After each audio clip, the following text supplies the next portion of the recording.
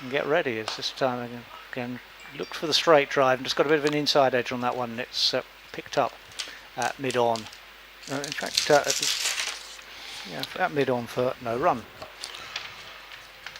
Yeah, it's as I said, it needs a little bit of, shall we say, curbing back at the moment. And then you're looking around this field, and I just wonder who's going to do it. Probably, I think Harrison Craig, on his day, could be a useful spinner. Same but again, slightly overpitched, and again that's sent into the deep. They'll look for two, and they'll come back. It's a well-run two, a well-judged second, with Wesley going to the danger end. Yeah, the medium pace, as I was about to say. That completes the over. Until the heat got into my phone to. Is that what it was? Yeah, just suddenly decided to play some random tune. Well, I'll tell you what. While you're trying to investigate that, I'm going to see if the fan will go any faster. Yeah, I think that's a good idea because it's getting rather stiflingly hot here. As I said, Harrison Craig might be a good option, and this is what it will be: left arm over, and he does have the ability to turn the ball. 8.5 and over. Well, if this carries on, there'll be 450 on the board. So once some of these Cambs bowlers need to really do something now. And yes, the cloud is building up at that far end of the ground. Looking down somewhere, I suppose, down the A12 as we look at it at the moment. And it's looking a bit, the cumulus cloud is beginning to build. I'll check my weather app. Well, I've had one, but that's for home in East Cambridgeshire, where there was lightning within 30 miles. Let's hope it's not coming this way. Rain starting in 26 minutes, it says here. Oh, right. Well, Lee Thomason's just put his got his helmet out because it is got Harrison Craig from that far end. That'd be interesting to see a little bit of left arm spin. Yeah, it's useful on his day. Harrison, formerly at Peterborough Town, now of Oundle Town. Just floated that one onto the leg stump, flicked away by Sir Alistair Cook. Out to Kieran McKenzie, who comes in off that deep mid-wicket boundary to take up a position. Well, he's been sent back to deep cover this time. Bringing Matt Duran up to extra cover. Wackas, who's laying at a short third man. It's a bit of a Harvest Festival field, isn't it, at the moment? Plough the field and scatter. Ben Clifford appears to be backward short as Harrison Craig comes in again. Wesley just nudges that to the offside. And, well, no, it's Mark Smith at short third. Clifford out, drops out to deep cover. Ball in again. And Wackas, really good dive there to prevent any runs. Yeah, he got down well, actually. That's and I have to say that was a rarity this season. Yeah. But Craig and again, Cook just push at it, and fielder comes in.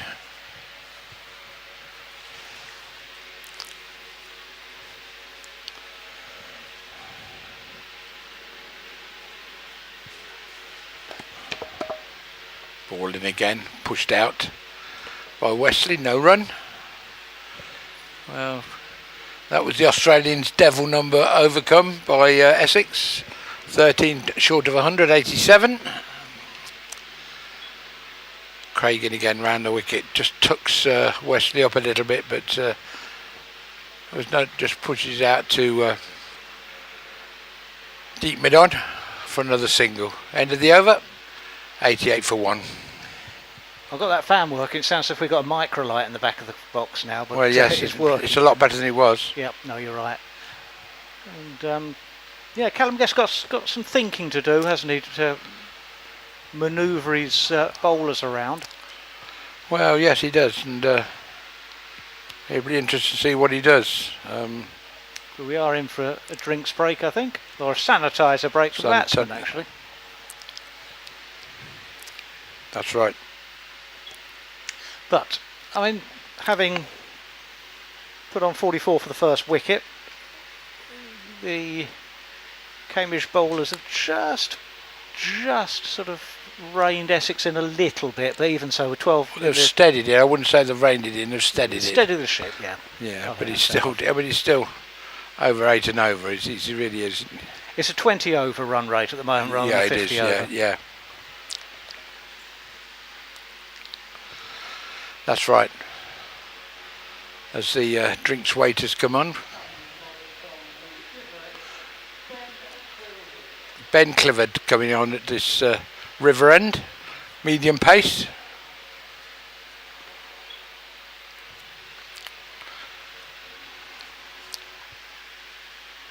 So Wakas Hussain did his 3 overs.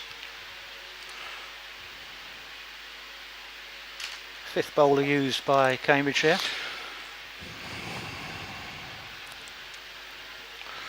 Well, I think everybody wanted a little bit of a bowl this afternoon.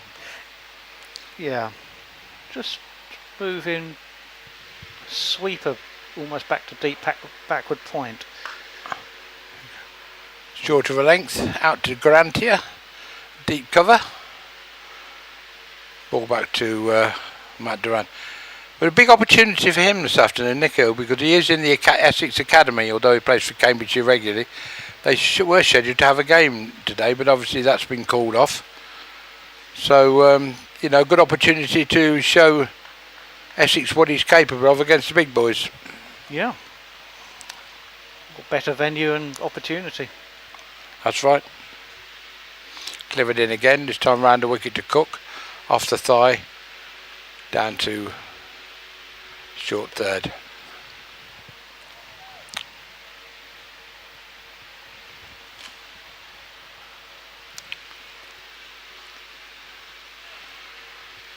Clifford turns quickly up to the wicket, good length. Cook just dobs this around onto the onside, no run. He's come on, he's been pretty much on the money almost every delivery, hasn't he? That's right. Clifford, which is what Cambridgeshire need, and Essex won't mind that as well because it No. just gives something to think about. That's right. Again, onto a reasonable length, but Cook just pushes it into the gap, easy single. He'll move to 46, 91 for 1 in the 13th over. That's the. I should be glad when that cloud cover gets here to a certain extent, because it might just give us a better view of the game. Because it's extremely difficult to ensure who's who in this game this afternoon, and where each individual fielder on when the sun's straight into your eyes. What we're doing at the bow is Clifford to Wesley, no run. And the end of a good over. That's a end of a very good over from Ben Clifford, probably the best of the Cambridgeshire innings at the moment. Just 4 off it, was it, or 2 off it? I was trying to check with the scorers. As we tried. It was 2 off it. 2 off it, I thought it was. We've got to start counting. A bit late for that. Yeah, I know. I knew your abacus will come out in a minute, not mine.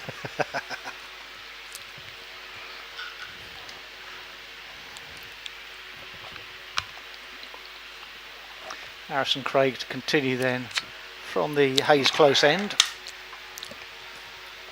Under slightly darkening clouds.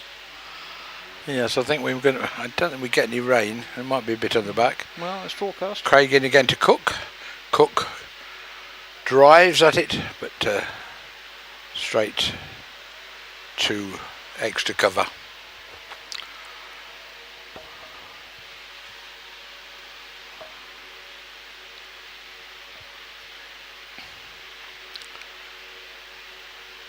Craig in again. Cook goes for the big hoik to the short boundary, misses it, and misses the stumps. It was an uncooked-like shot, actually, wasn't it? Yeah, I think.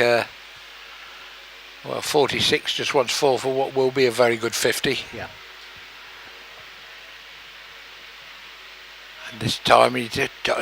Harrison Craig just asked a couple of questions. He's got to be consistent. He went for the big height and then tried to sort of fish at it outside off stump. Craig in again bowls, and this time goes to the big hit straight out to Mark Smith at deep mid on, and Cook goes for 46. Well, he'd got a one before and went at one, then missed it, doubled outside the off stump, and then went for the big hoik straight down. So really good innings comes to the end. So Alistair Cook out to Harrison Craig for 46. Yeah, it was really good innings, and in the end it's almost as if he looked to be getting a little impatient. I apologise to Ben Seabook. It's actually Ben Seabook. They look very much alike now, so it's called Ben Seabook. Bowled Harrison Craig. It was a well judged catch, actually. Didn't have to move far, but he did have to judge it.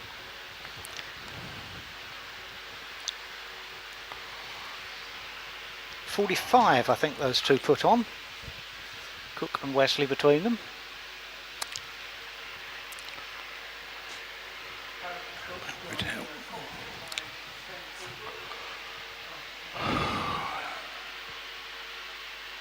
And the new man in is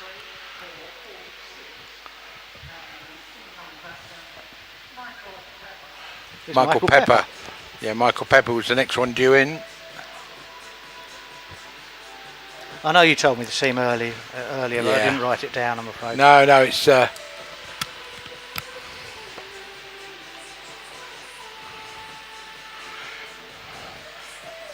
mean, Michael Pepper's had a few big innings this year, hasn't he, for Essex? He's sort of cemented his place. He got a big 100 early on in the season to... Yeah. Having played with Cambridge Yeah. before. And he's off the mark immediately with a steer down to the deep cover boundary for one.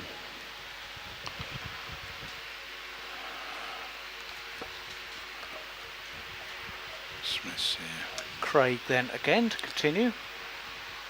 This time to Wesley, who plays it straight down the ground. Just a little push out there, wasn't it? Yeah, and again an agreed single to complete the over, and a successful one from Harrison Craig. That's right. His second over, and during that he'll 2 overs for 6. be telling everyone on his way back, you know, I've got that Sir Alistair Cook out. Yep, that's Paul Walter, the next man due, and then Ryan Tender-Scarter.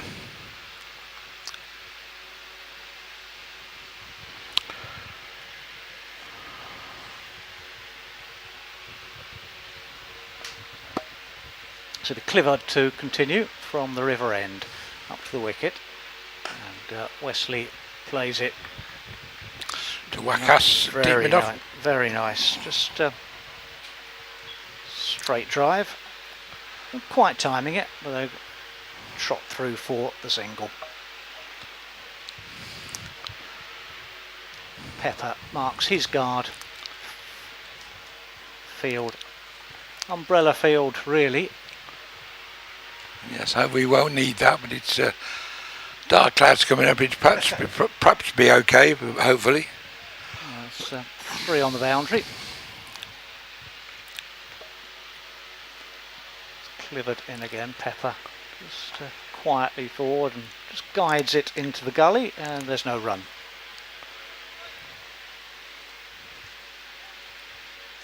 Scratch of the crease. Twiddle of the bat and a survey of the field.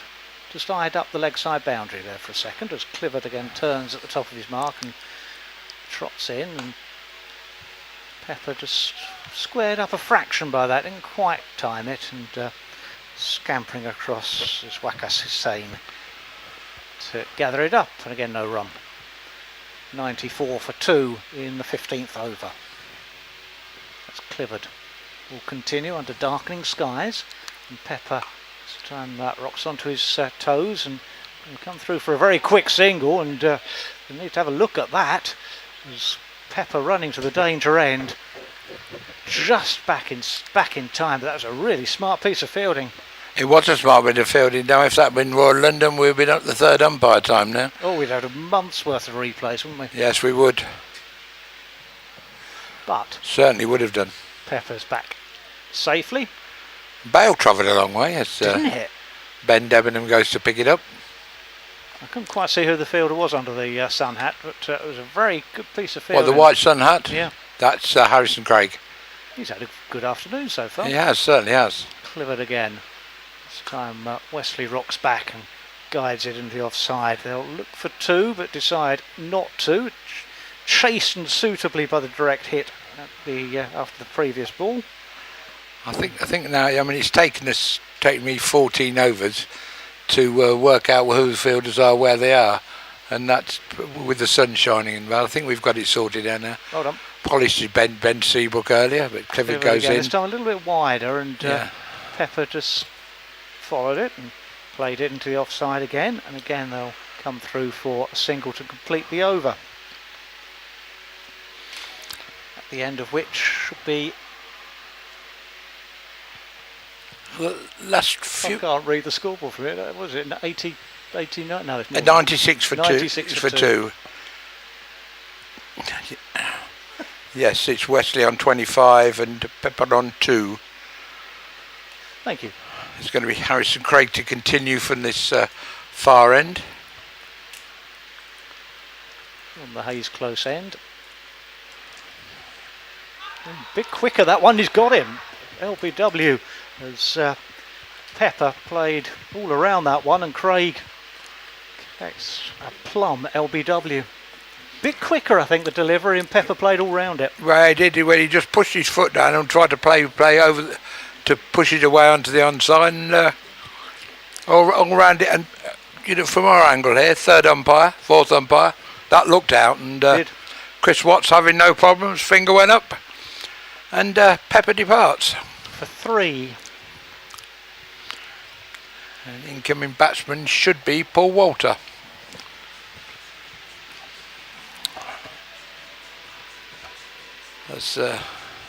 Well, I think Cambridge will feel a lot happier now. Yeah, they feel they're back in the game, really, don't they? Well, they're making it respectable, if nothing else. Yeah. No.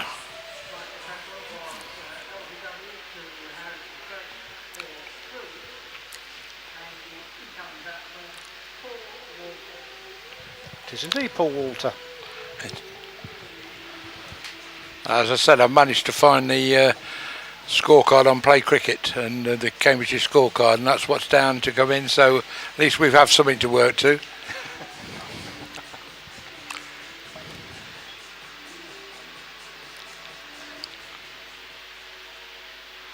Walter, a tall left-handed bat.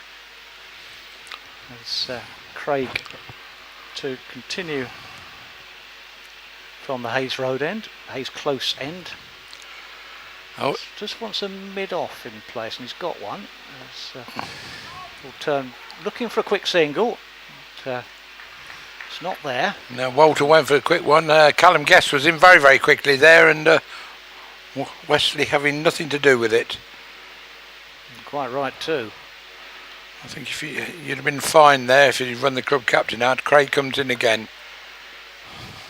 And Walter just stands up and plays it quietly back, and no run. I think Harrison Craig's proving himself quite a useful bowler. I think that's the trouble is Harrison. He's not the greatest batter in the world. He's all right, but do you know what I mean? This is in now, and again it's played back down the pitch. I think as a spinner, which is what people are looking for. I think if he batted and got runs, people would be certainly having a look at him. Yeah. Probably a little bit too old now, but good cricketer. Certainly national counties level. He's in again. Played this time just off a thick inside edge, I should say. Straight up to short mid on, and there's no run. Craig in once more. This time just rocking back onto the back foot. Didn't quite get to the pitch of that one, and a good over quickly run through by Craig. I think that's an exceptional over, and Well, his figures, you can't moan at that. 3 overs, 1 maiden, 2 for 6.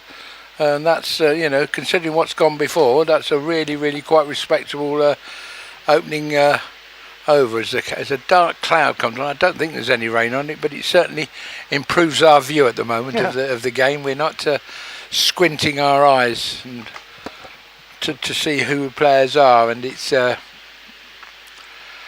Ben Clifford that's going to come in again from this river end. No, they've pushed it back to rain starting in 30 minutes. 30 minutes, oh well, a bit like the train terms. Clifford to Wesley. Wesley drives at it, but straight to Guest at extra cover. Ali Hancock at mid-off. Nicol Garantia at deep cover. Harrison Craig at point. Mark Smith down at third man. Ben Seabrook at short fine inside the circle. Clifford comes in again. Wesley flicks this away, and Kieran McKenzie to that small boundary and fielding in front of the bus shelter, in front of the pavilion, has no chance. The ball runs through for 4. Yes, so as I say, Ben Seabrook at short fine leg inside the circle. Kieran McKenzie out at deep mid wicket, and Matt Duran on the run as Wesley just pushes this ball out, and Smith trots in, picks the ball up back to the wicket keeper Lee Thomason. That was easy 5, wasn't it, off those 2 balls for Westby? Very easy. Field changes around. Harrison Craig comes over from point on the offside to point on the offside for the left-handed Paul Walter. Waqar Hussain at mid-off. Kieran McKenzie down at point.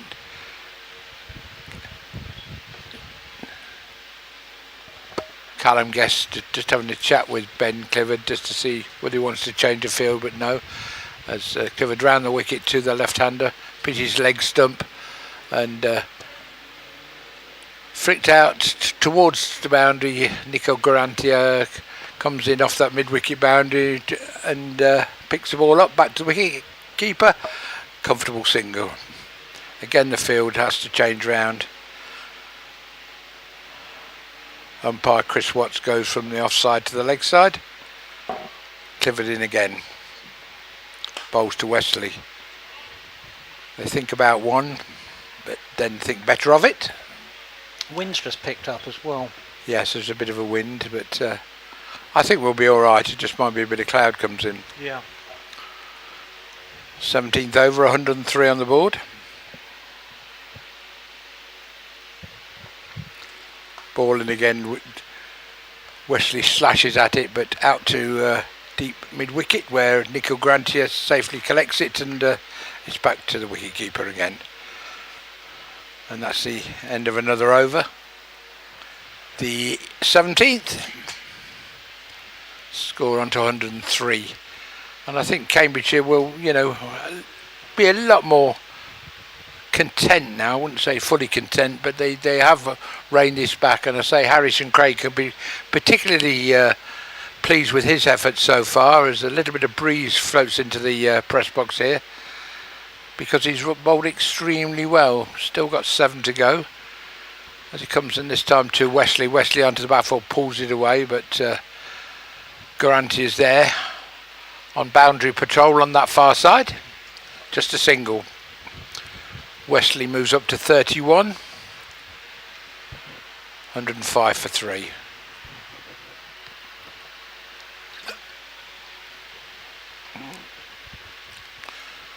Craig in again this time. Walter just stands there and just pushes it away onto the onside. Captain Callum Gueston, who's in quickly, and a big appeal for an LBW. That one turned a little bit as Walter went to push that away on the leg side. Big appeal, and this time Chris Watts again having no hesitation in the finger going up, and Walter departs for 1. LBW to Harrison Craig, and Craig's figures now 3 for 7, and he's just into his the third ball of his fourth over. The excellent effort. Yeah, a ball that was just nagging length, just back of a good length. Walter went to just flick it away onto the onside, missed it, and just stood there and thumped into the pads, and the umpire having no indication and giving the decision in Harrison Craig's favour. The incoming batsman, Ryan Tenderscarter. Yeah, Walter, he'd been there. He'd only been there a little while, 7 balls, and but he never ever looked comfortable, did he? No, he didn't. And well, you know, after the start they got to, you know, you're looking from Cambridgeshire perspective, they'd be more than happy with this. Yeah, absolutely. And all down to Harrison Craig, who's doing himself no disservice. Well, having put 44 for the first wicket, then 90, then another 45, 47, I should say, for the second wicket. It was been a bit of a clatter since then. That's right. Well, this is a big partnership now for Essex, because Ryan Tenderscarter can be very destructive once he gets in. As Craig comes in, round the wicket, pushed away onto the onside. Ball bobbles up off the old footholds of previous wicket, used wicket here at the county ground. Interesting, Cambridgeshire put a slip back in. Yes, I've want to need another wicket. Obviously doing a little bit as Tenderscarter this time pushes out just for the easiest of singles as Kieran McKenzie comes off that deep cover boundary. Harrison Craig about to complete his fourth over. And that does complete the over. End of that over, Harrison Craig, 4 overs, 1 maiden, 3 for 8. Very good over again. He has made a big difference. Impressive to say the least, I think, those figures. And but it just shows what an asset he's been this year to the county, or to Cambridgeshire in the one-day National Counties Cup competition. He can come in and curb the run rate. Might not always pick up the wickets, but he's a match winner. Clifford, I should say, to continue from the river end. Yes.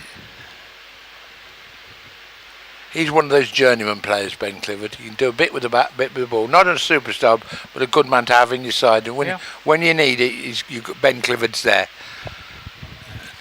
And again, bowls to Wesley, and to Tenderscarter, who just looked a bit wary of that. He didn't know whether to push it left or right. It was sort of a jerky type of shot, but it's almost if it started to do a bit more against the slightly slower ball. I don't think they're quite sure of the bounce and the pace or anything. Doesn't look as though it's moving a lot, and it's Clifford in again. And this time a big appeal for an LBW as Tenderscarter plays across it, and Ben Debenham agrees in the affirmative, and up goes the finger. So another wicket to Cambridgeshire. This time Ryan Tenderscarter. I said it was a big wicket. LBW Ben Clifford for 1, 106 now for 5. Well, who would have thought this after the 5th over, where it was going at nearly 10, 12 and over. This is really impressive for the Cambridgeshire bowlers.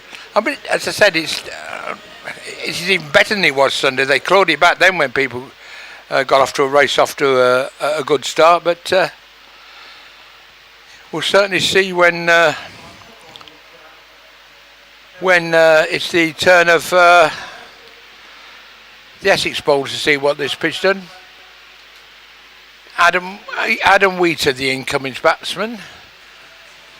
Adam Wheater, again, well known in these parts, had a little bit of time with Saffron Walden before he moved to Hampshire, and before he returned to Essex.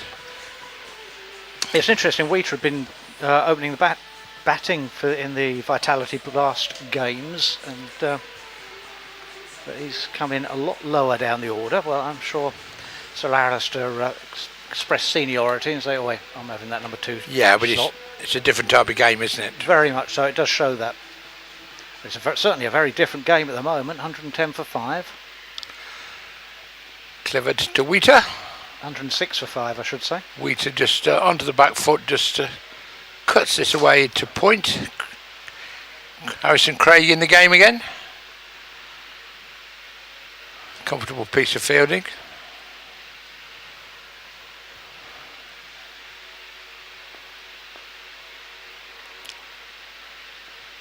Clifford in again, bit leg stump that one, but Wheater just turns this away onto the leg side, down to Kieran McKenzie, a deep square. I wonder when we'll see Kieran McKenzie in the line, but leg spinner. Didn't bowl particularly well in the one day or on Sunday, a bit too loose. Odd good ball, Clifford in again. Wesley pushes this to Matt Duran, safely collected, no run. Tom Wesley's key figure now really for the Essex batting lineup, isn't he? Having seen wickets tumble around him. Yes, it is, because we've got Nijar, Allison, Beard, and Jamie Porter to come. Wesley rocks back and plays it only as far as Harrison Craig. Well, I think these two are hang important. on to the ball. These two are the important one now, because they are both have got big scores in whether it's Championship, whether it's Royal London, whether it's T20 Blast, so they're all capable of it. So what was the end of that over, the 19th, 107 for 5. 4 overs, 1 for 14, Clifford. And Harrison Craig will resume. You know, they seem to be, the last couple of overs, it's wicket one end, wicket the other. Well, if Cambridgeshire to get another couple here, relatively cheap, he will. So Wheater on strike. There's a slip in place, a ring field other than that, and a couple of boundary outriders. Craig in, just quietly pushed back with no real timing. Yeah, the boundary patrol is Kieran McKenzie on the offside, Nico Garanti on the leg side. Craig in again, Wheater right on the spot, and well, they've got plenty of overs left, 30 of them in fact. So I think we should be pretty quiet for the next few overs. If it's bowl a good length, because Essex have really got to rebuild this. Can't afford another wicket to go down. As Wheater just pushes that one back to short mid off, I should say, and there's no run. And Craig, Essex are just looking to see him off at the moment. Wheater, this one tries to turn that one around the corner. Fielder swoops in from the boundary and they'll come through for a second. Yeah, yes, Wheater's very, very quick between the wickets. It was just a nudge, but Grant is quite deep in there. Yeah, I mean, it might be an opportunity at the moment to see how Essex play and leave Craig with it. This is his 5th over, he's halfway through. So we just have to see what they decide here. So that one's pushed straight back down the wicket, and Harrison Craig will collect in his follow through. He's coming up to complete his 5th over. Left arm around the wicket, and this time Wheater is looking to steer it through the offside, can do nothing with it. And equally impressive again from Adam Wheater, from Harrison Craig. He was certainly made Adam Wheater treat him with a bit of circumspection in there. Just 10 runs off his 5 overs now. I just wonder whether Callum Guest will just think for a minute, shall we just bring on somebody else just to see why they're in sort of quiet mode, and then bring Craig back for when the push comes on. It might be difficult, interesting one. Maybe. Clifford continues from the river end and steered by Wesley past the diving fielder into the offside, and they'll come through just for the single. Yeah, it's Callum Guest, the captain, diving there theatrically. Garanti as Clifford comes in again. rocked back, played straight into the pitch and collected in his follow through by Clifford. Under dark conditions. Yeah, so cloud, I think is cloud have gone. No rain here, I don't think. Clifford again this time, just rocking back. Wheater plays it with no timing into the offside, and there's no run. Yes, and we've also got Doran to bowl some spin as well. We've got two more spinners to come on if required. So, as I said, it might just be just whether it's just going to take a. And Wheater just a little jump as he played that late past the wicket keeper, and they'll jog through for a single. They're just looking to rotate the score at the strike at the moment, I think. Just keep the scoreboard ticking along. Well, I think they're just quieting down, just picking up what they can where they can, because they can't afford to lose any more wickets. As I was saying, it's just not on at the moment. Clifford this time over pitched and is clipped off his toes. That will race. He went clipped off his toes past mid on, but or the extra mid on, I would call that, or extra mid wicket. And but Wakas' same was round again, only a single. I don't think Cams are worried about singles at the moment. It's stop the boundaries and pick up wickets if they can. Again, a little bit harder hit by Wheater this time, but Duran very well down and a good piece of fielding. Callum Guest just gives him a high five and on his way past. The end of the over. Is it? No, not quite. Yes, it is. Clifford. Yeah, you're right. Clifford finishes his fifth, 117 again. He's got the wicket and relatively cheaply compared with the opening pace bowlers. I was confused. I saw Harrison Craig at the other end, and I thought, well, he's done everything, but of course he didn't bowl the last over. And great, but that one pitched on the off stump and there's bowled Wesley. Wesley pushed at it, left the gap open between bat and pad through the end, and well, I think Essex. Can we say it a little bit of bother now? I think we can. 112 for 6, and we're in the 22nd over, and another big wicket for Cambridgeshire. Well, it may be Cambridgeshire playing in West Indian maroon, but Calypso Collapso from Essex. Certainly is, and it really is. And well, two new batsmen in there now.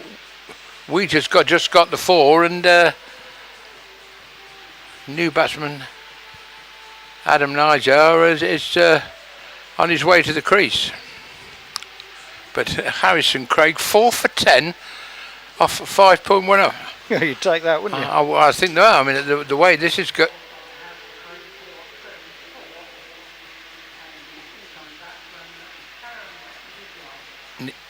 Nijar, I think. Well, I tell you what, if the Cambridge chairman, no matter what the result is tonight, got his hand in his pocket with figures like that, he might have to buy a bottle of certainly bubbly for him. I think he would deserve it at that. Yeah, that is some bowling, some effort. He's really clawed this back. If this was football terms now, and with the non-league football, they'd say get him on a contract. Yeah, and he'll continue. Yeah. When Nijar drives at him and just bounces in front of Craig.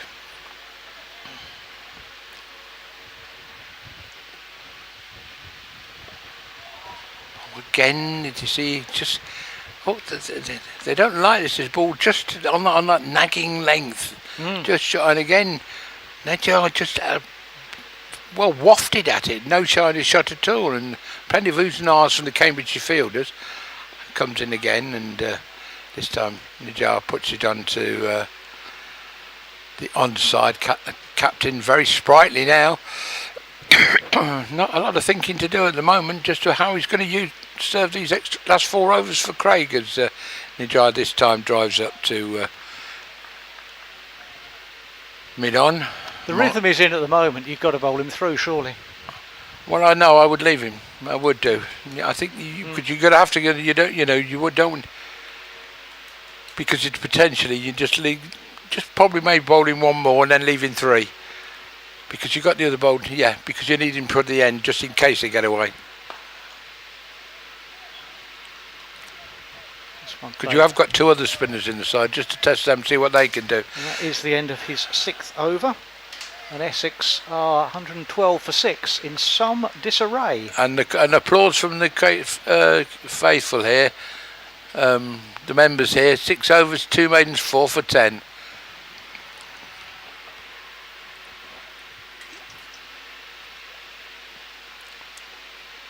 Now, what do they do at this? I think it's going to be Ben Clifford again this one. Yeah.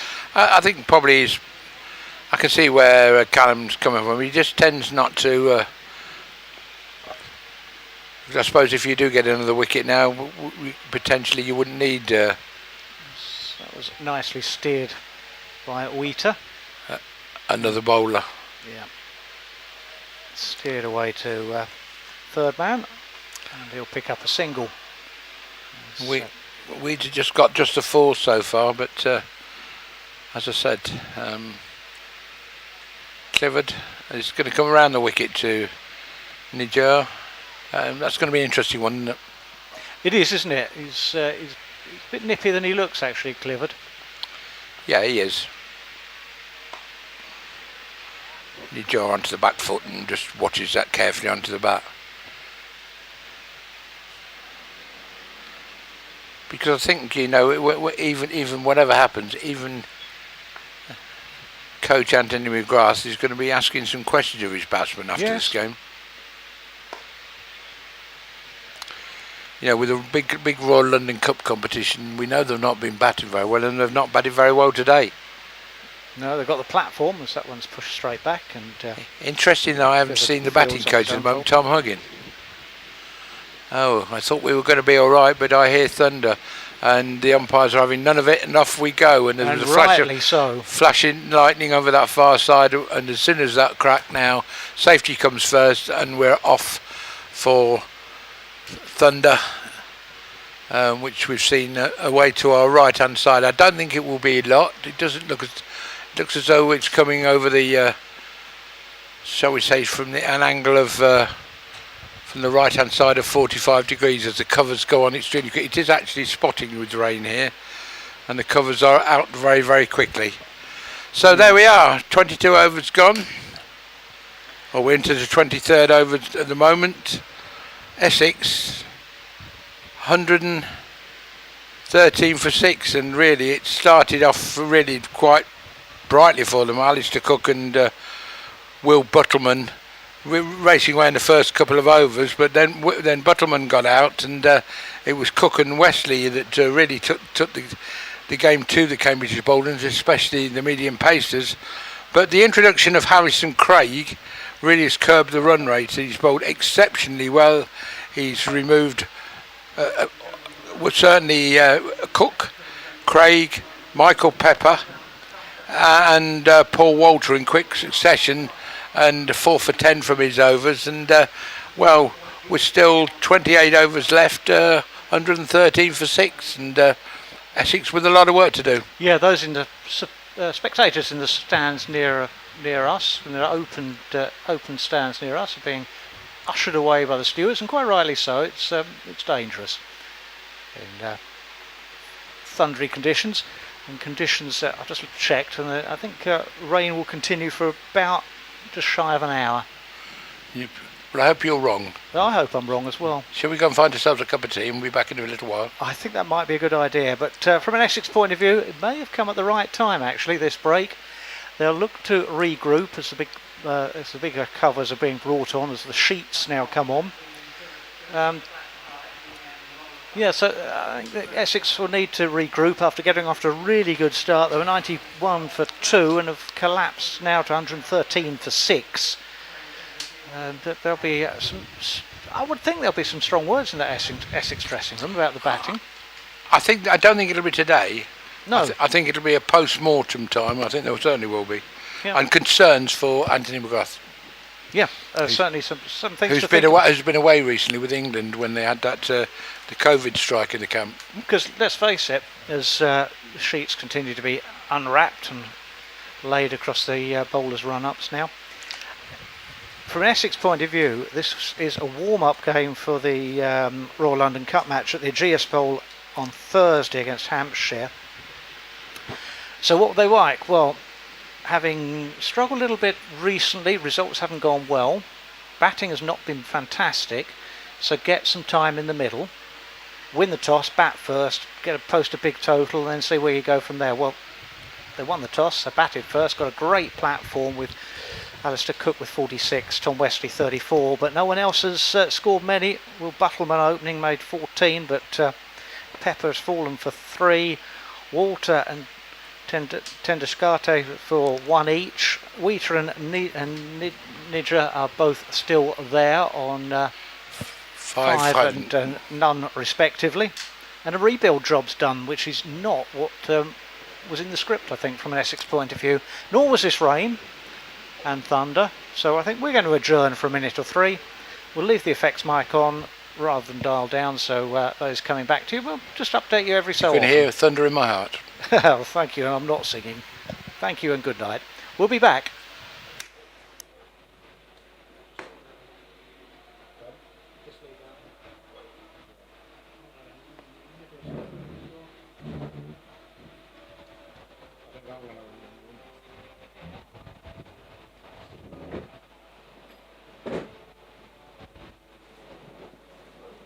I feel better now I've got everything sorted out.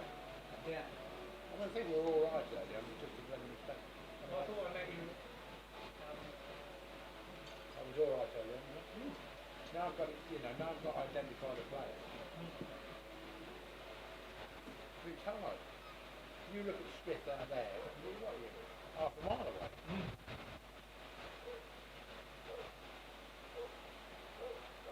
And we haven't got many of them.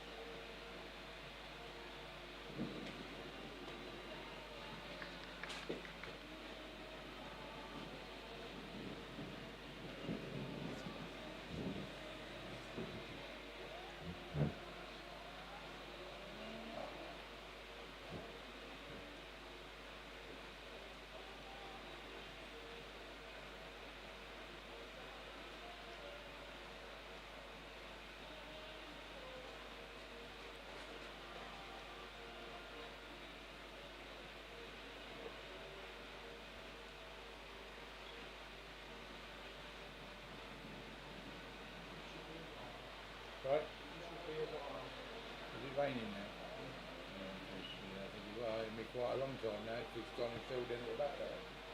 Yeah. I don't know what I'm going to do.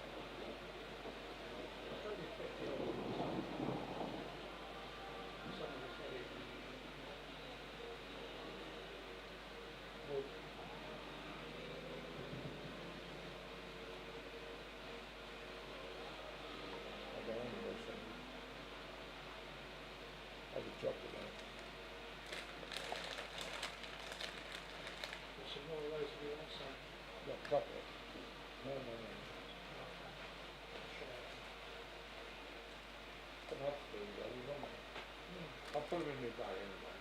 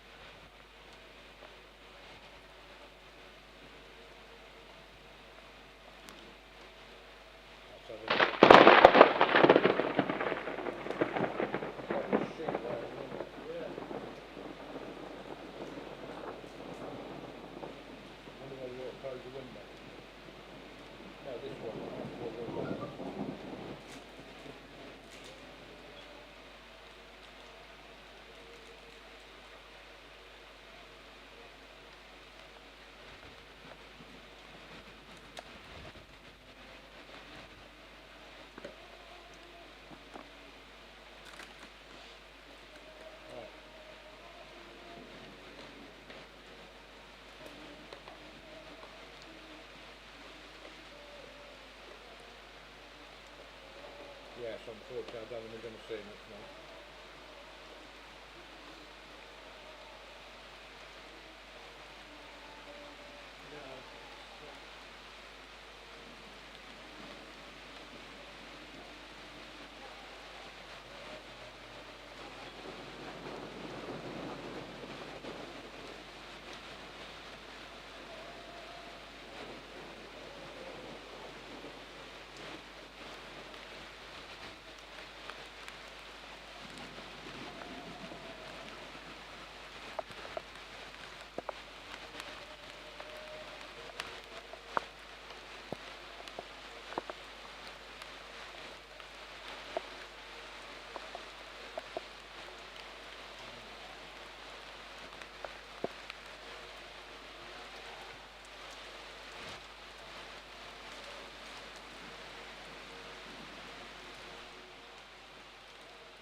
That's really closed in.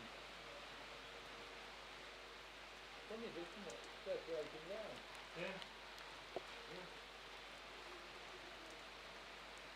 Who did last time I was there?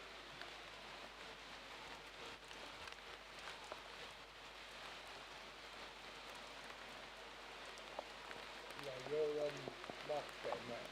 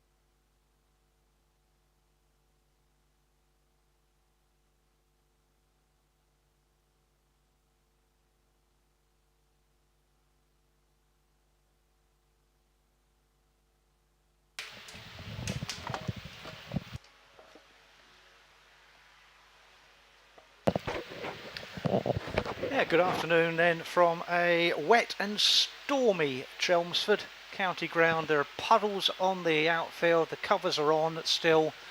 Essex having started really well in this one-day warm-up match against Cambridgeshire, having been 44 for 1, 91 for 2. When the storm came, we're 113 for 6, having collapsed, with Harrison Craig taking 4 very good, very cheap wickets, putting the brakes on Essex, and almost as effectively as the storm has, which rumbled over as soon as the first crack of thunder in the background. Umpires quite rightly took the players off, and ground staff very quickly got the covers on, and they needed to. It's been increasingly heavy rain, Andy Abbott. It has been increasingly heavy, but apart from this one patch where it's run off the covers, and I would hope that the ends don't appear too bad. The super supper will come out and should be cleared up. That's provided Essex are keen to play because at the moment they're in a little bit of an embarrassing situation. 113 for 6. This is a showcase game, and as you say, this is to get their confidence for the Royal London Cup, and really, what is a really strong side with Sir Alistair Cook, Tom Westley, Ryan Tender-Scarter, Michael Pepper, who's been in really good form lately, and been a regular member of this first team batting lineup, or certainly in certain competitions, have not acquitted themselves very well. And to be going down to the Ageas Bowl on Thursday, which again tends to favour the slower bowlers. Turns a bit, and you wouldn't be fancying your chances if that's the way the confidence is. So, it's going to be a difficult one for Anthony McGrath. I mean, I think obviously Cambridge will be round to go, or should be, because they'll want to come out and finish the job. But it might take a bit of going on this pitch, because you don't know. We're a long way off. It looks as though it's doing a bit for the spinners, and swung about a bit early. Very, very sort of slow, moderate term, but the trouble was the Cambs bowlers didn't bowl a good length, and Cook and certainly Wesley were able to take advantage. Well, Essex rather let Cambridgeshire off the hook, because Essex started well. Will Butterman was caught by a very good catch actually by Garantler off the bowling of Smith for 14. Then Alistair Cook and Tom Wesley were, well, serene, weren't they? Really, they were taking runs almost at will. Well, I mean, Cook in particular. I mean, and then when Harrison Craig come on, it just shows he's never been at his best against spin, and Craig put him under pressure, and the over he got out. I mean, he wafted at one, then went for a big wahoo and missed it, and did it again and got caught in the deep by Ben Seabrook, who himself is in good form with the bat at the moment. A real good knock in the one National Counties One-Day Cup competition on Sunday, and virtually won the game for Cambridgeshire. So, what was it, 123 out of 250 odd to win the game. So, yeah, I mean, Cook against the medium pacers looked comfortable, or the quicker bowlers, but against the spin, looks so he's suffering a bit. He looked a bit frustrated, didn't he? And uncook-like to hold out in the deep. Well, he was, but I mean, obviously he's got to test himself out against the slower bowlers. It's never been his strength, even to playing Test cricket. But if there was a weakness in him, there weren't many. That was one of them, and he certainly didn't look as though he'd been having too many. He'd been having plenty of nets against quicker bowlers, but not against the spinners. And once he'd gone, then all wickets tumbled, didn't they? Wesley bowled playing all round a delivery from Craig for 34. Pepper LBW to Craig for 3. Walter LBW Craig for 1, and Tender-Scarter LBW for Clifford, who's a slightly quicker bowler. He's deceptive, actually. I would have said, and was delighted with his wicket. But again, it was uncharacteristic. There was a whiff of panic in the air, wasn't there, at that stage? Frustration, I think, is probably the word. They just didn't get to go through the bowlers. They saw how easy it was early on and thought that was going to continue. And I'm afraid Harrison Craig and Ben Clifford, to a lesser extent, proved them wrong. They bowled that critical length, as the rain continues to come down here, not quite as heavy as it was a few minutes ago. And Do you think?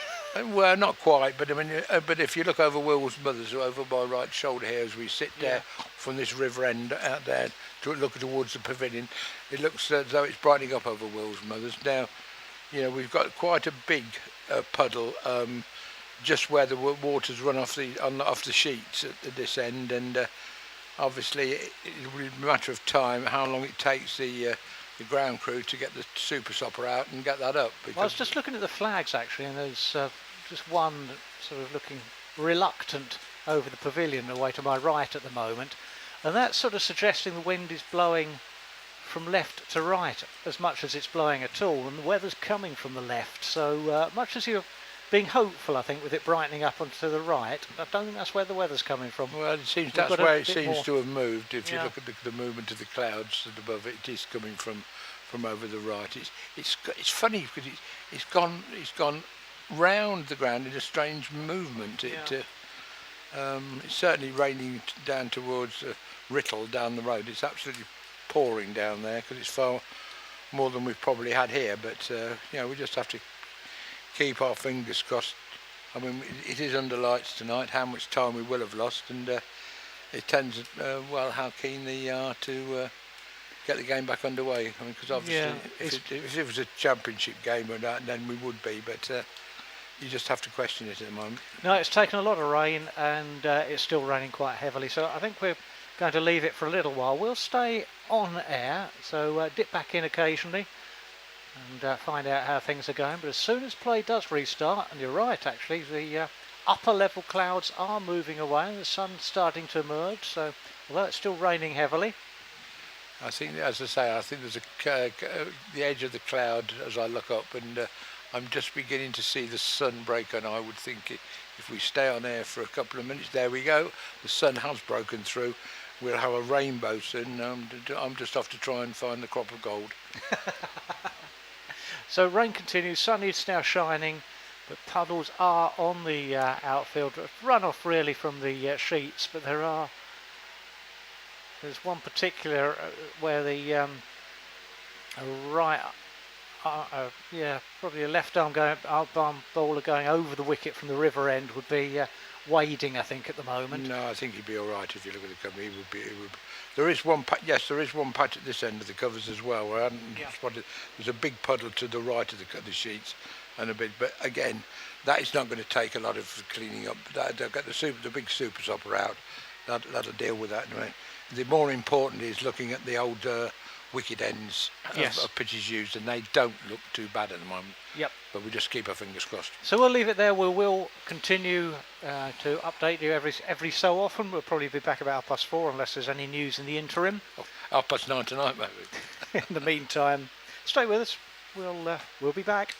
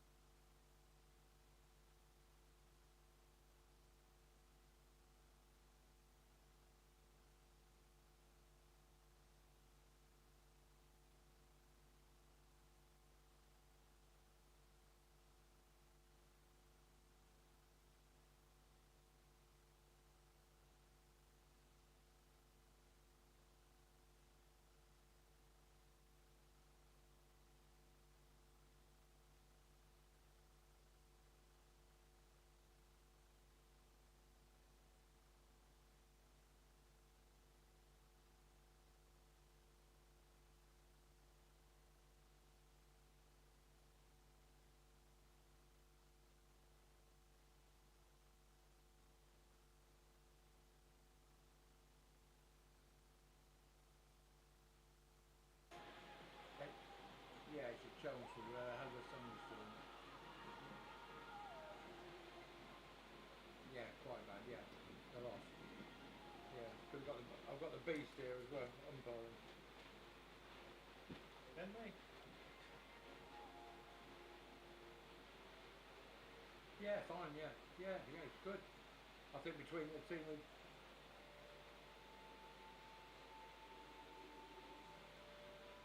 Well, has he suggested something then?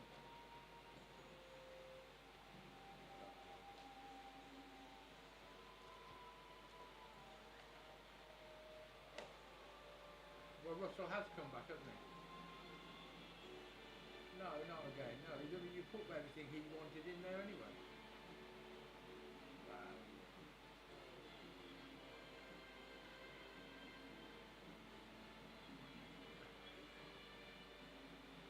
I can send that. If I get that tonight, I'll send it tonight. That when I get home. Yeah, I'll send it to.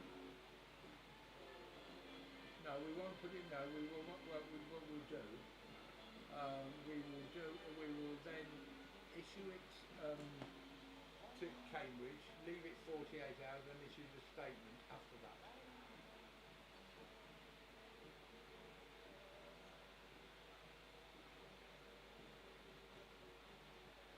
Yeah. No, he'll be happy. Yeah.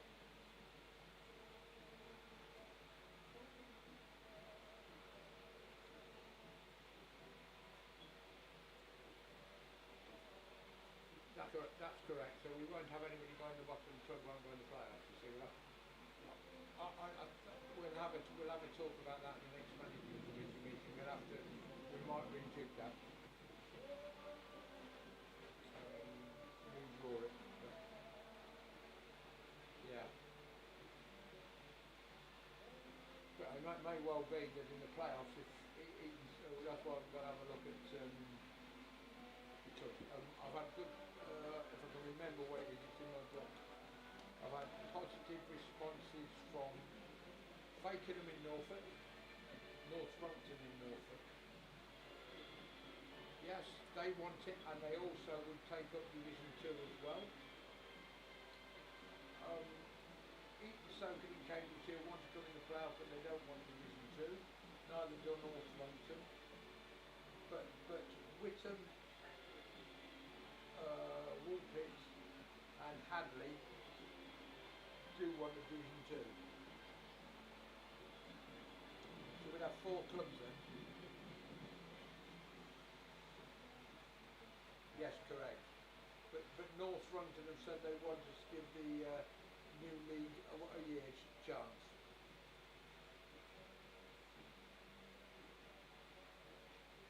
But I think on that one, what we've got to seriously have a look at is we could go Division 2, but have we got enough umpires to cope with it? Because we've got a serious problem. Ken's a bit dismissive of it, but he's blaming Coburn, but I think it's a problem all round. There's not good enough of good standard umpires coming through. But I certainly, so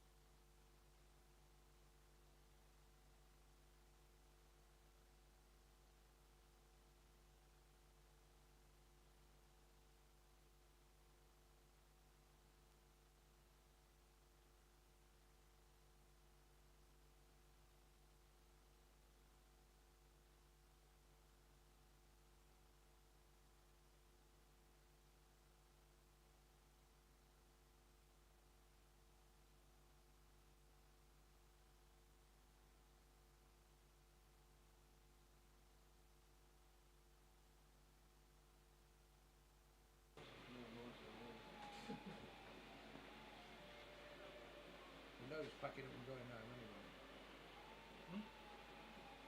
Say half an hour, I think. 15-minute interval. There's tea at 5 o'clock, I think. Oh, and then they're going to have an inspection of it. Yeah.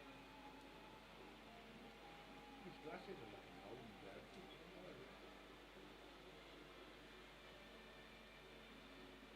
I don't want to get my stuff in the hill. Rub it off then. That's so good. So they're going to have a tea until at 5 and then have an inspection. Well, I'm not sure about that. There's some doubt about clearing up at some length of time after the last lightning or something like that. Probably a while for a look at that.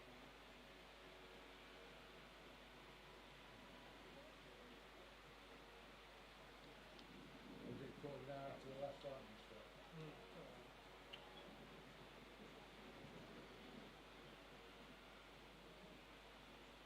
Yeah, well, that's the protocols now, isn't it? Oh, that's right. Oh, that's right. Yeah, I've got a bloody funeral tomorrow. Oh,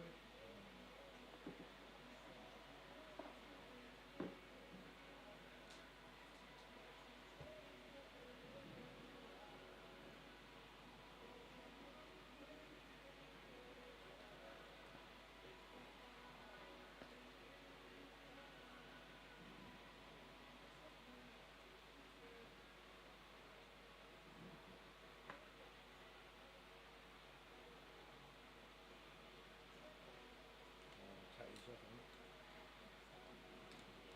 I don't see that now. is there still running around? That's Yeah, I mean, it's gone, isn't it? You've got to get that for about. yeah.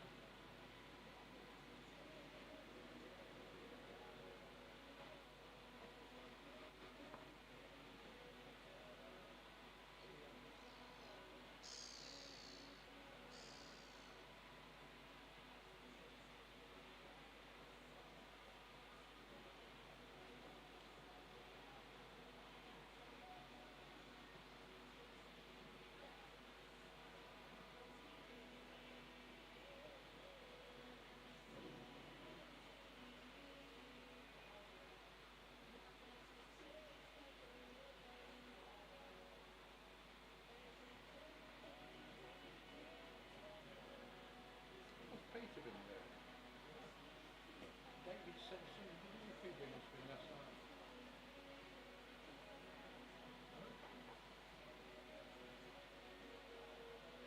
Now listen, I just emphasise what a great job you're all doing. Scotty, Jez, Chris, Peter and Thordy, it's all on strong form.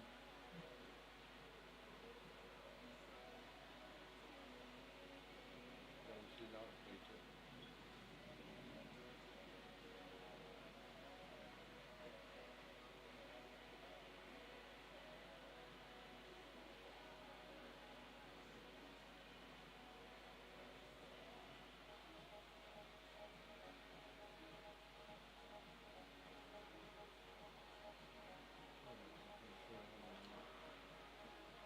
Got some on the phone now, going there.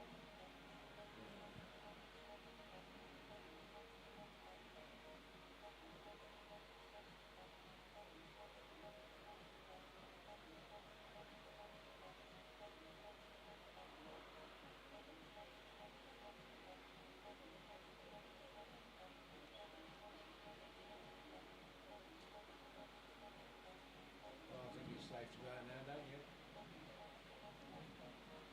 it's still running around. Yeah, just over there. Yeah. They could come out now and have a look.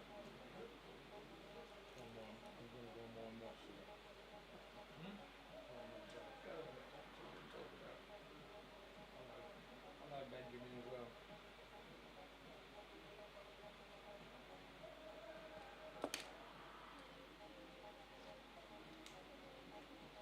Oh.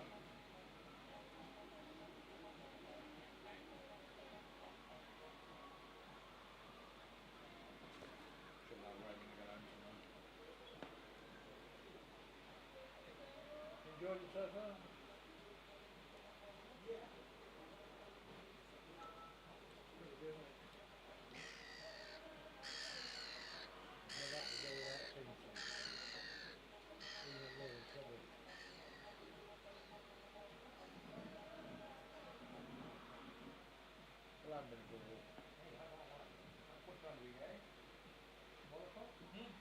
peeled one, I've been a muscle.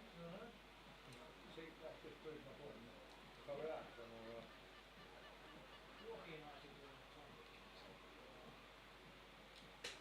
Christmas Carol. David Copperfield.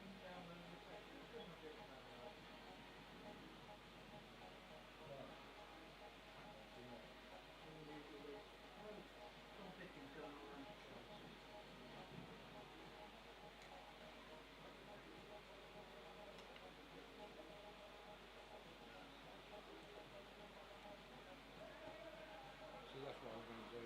I was just in the process of doing it now. I've worked everybody out. I was just going to write River End where the fields were.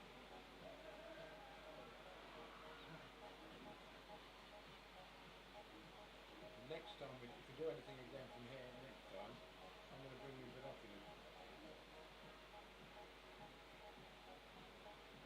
I know them all in face, but I'm not sure if they're there.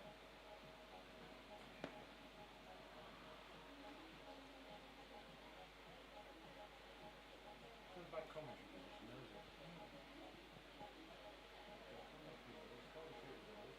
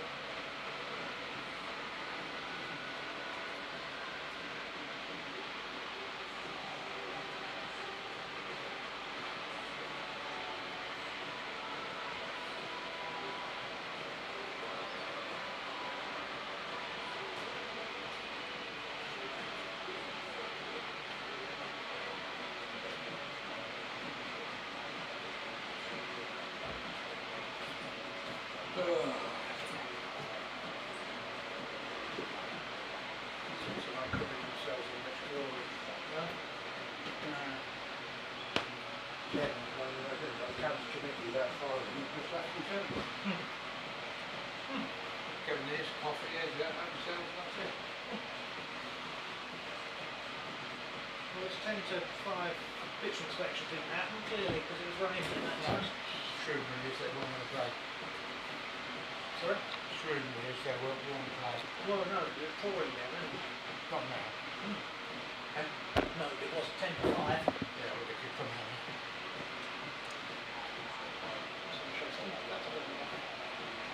There they come. Get on with it, beast. No rush, there's no inward sign or anything happening.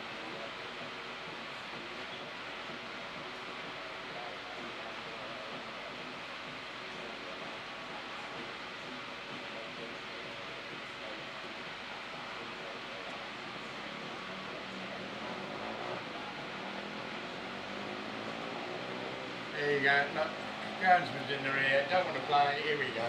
He doesn't, does he? No. If he did, as soon as that last lot of rain finished, he could have had groundskeeping coming. Yeah. Yeah, he's pointed out the wet patches.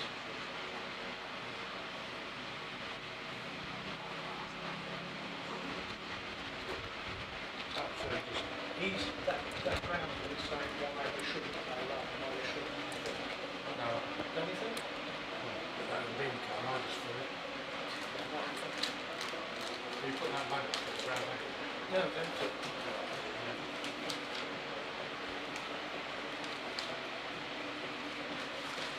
Guesty, get in his ear. We've been invited. They'll have this failure.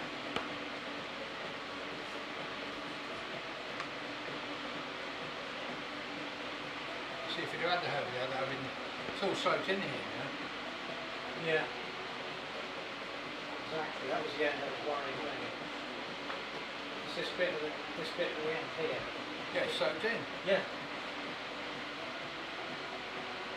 That could be quite treacherous, I think.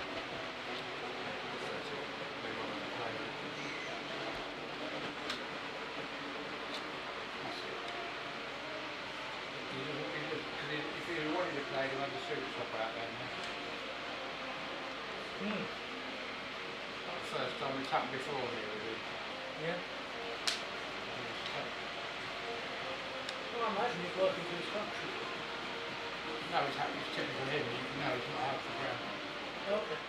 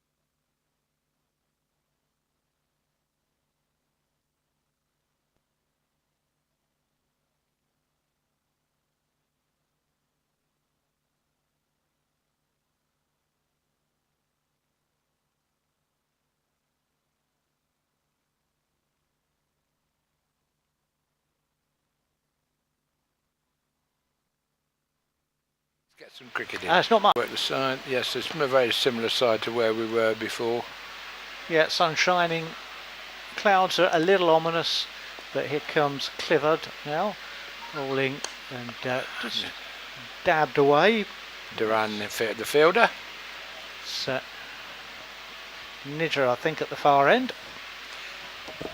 Yes, Nidjar facing Wheater, the right-handed batsman at this end, and as I say, interesting. Just the sun comes out. Let's hope it stays out. As Clifford comes in again.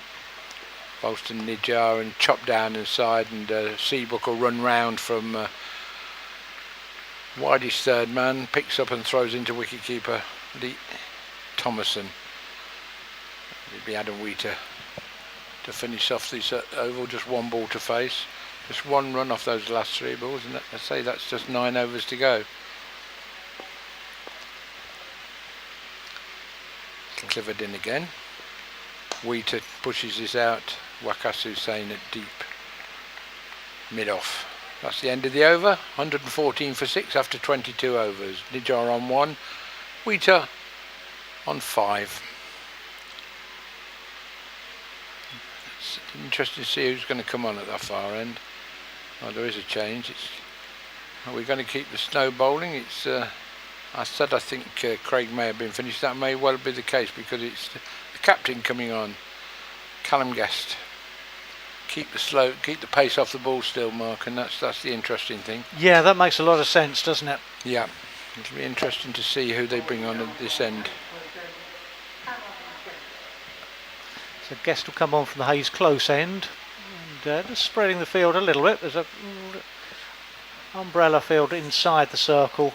There's a couple of outriders on the leg side, one on the offside.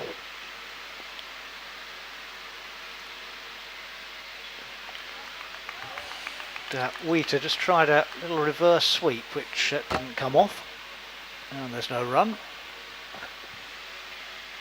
Lovely dazzle to the sun now, won't complain. Yes, no, we can't complain. We're seeing some cricket again.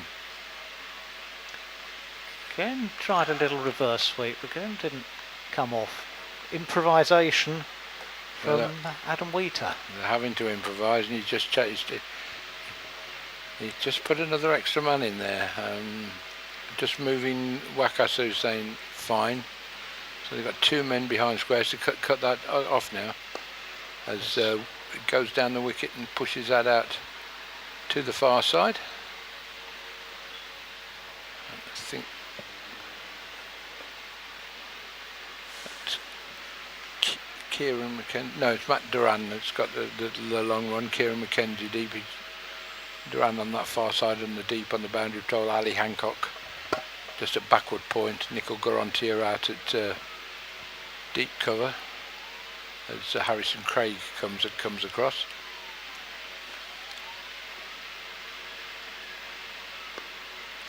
Nidger just carefully forward and taps it back to Guest, who scampers across a few yards to field, and there's no run. Circumspect restart. It certainly is. I think they're just probably getting used to it. And it might be difficult to tell. It's a good length at the moment, and Guest's got a really good field set.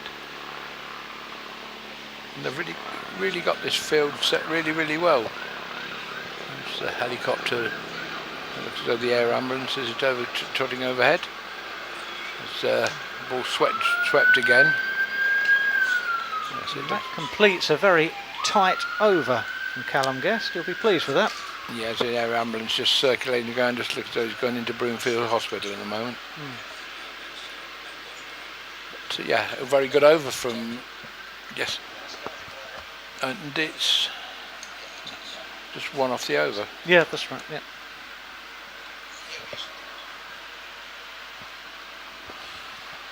It'll be Clifford to continue. Actually, this will be his 7th over. Yeah, so obviously they're saving Craig with a couple. And a little dibble down behind the wicket keeper, and Wheater scampers through for a single. Clifford quickly back to his mark. from the river end. Bustling run and Seabrook can't go around to that. Stroke, which skips away for the first boundary after the restart. Yes, I mean, it just a little bit wide, that one from Clifford, and he's really got that, and Seabrook just a little bit sort of finer at third man, and he just skip across his outfield down to that end of this ground, and does half volley onto the leg stump this time, and it's flicked away by Nijo, and a long chase out there, but they can keep it down to 3. I think Cliver's very quickly back to his mark, isn't he? He's Yes. playing at the moment as if he's double parked. Yes, he is. Well, I think he wants to get back, and I think they're just trying to keep there's a method in the madness of that, is keep the pressure on the batters. Yeah. Up to the wicket again, and this time Nigel with a drive straight down the wicket, which brings a single. Wheater that was, and then Nigel is. It's going to be Clifford is moving. I think it's Hancock out here. I think they might have to go for the long shot at the moment. This time, just dubbed down to Ben Seabrook, down at third man, just for the single. Just one ball of this 7th Clifford over to go. 1 for 30 so far.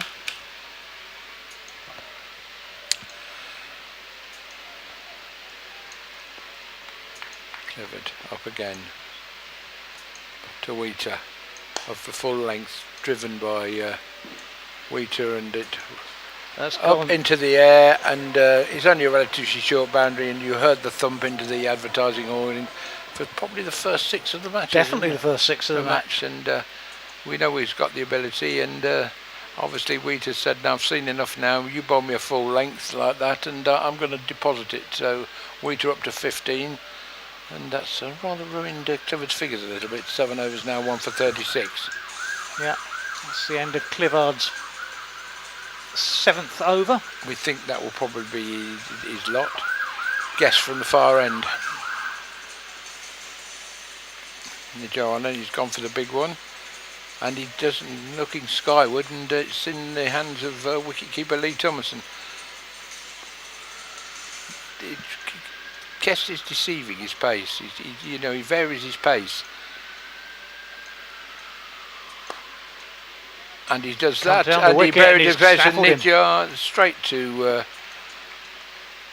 mid-off and comfortably taken, and so the 7th wicket goes down, and his guest again was a really nice variation of the pace. The 4-with-4 was quicker, and that beat the wilder, and then just held that one back a little bit, and it was a really, really good comfortable catch, but a nice piece of bowling is what I was going to say. Ben Allison, the England, and it was Seabrook with his second catch. Yeah, but Simon's that's his dad, Ben Seabrook, and Dad'll be pretty happy on the balcony in the chair of Cambridgeshire County Cricket Club, and let's hope he can have a good one with the bat later on.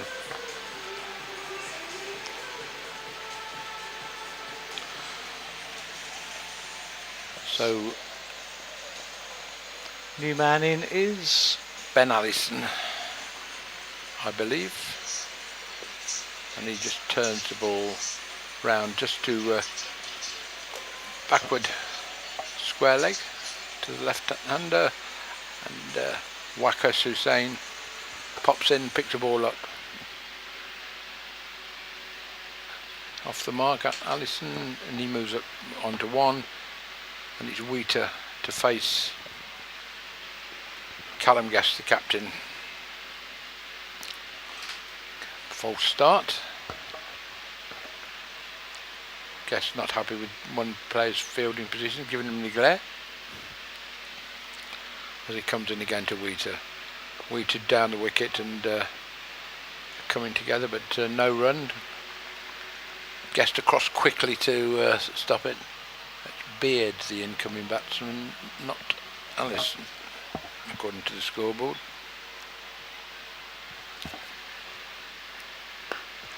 And the ball's in the air again, but it's over the top this time from Wheater, over the top of Mark Smith at mid-off and into the boundary for 4.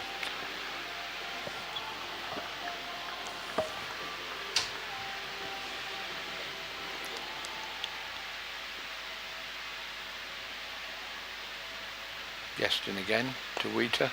Wheater just puts his round to Harrison Craig and we've taken, as I say, it's Aaron Beard is the incoming as the new batsman, not Allison. It was Allison shown on the score sheet, but it's Aaron Beard. Under 37 for 7, 25 overs gone, 7 overs left of this innings. It looks like Matt Duran will come in from this River End. Plays his club cricket for Bury St Edmunds in the East Anglian Premier League.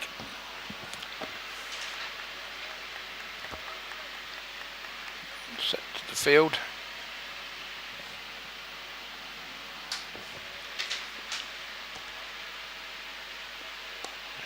And the quicker ball from Duran starts with a quick one which Wheater just whips that away down to Kieran McKenzie.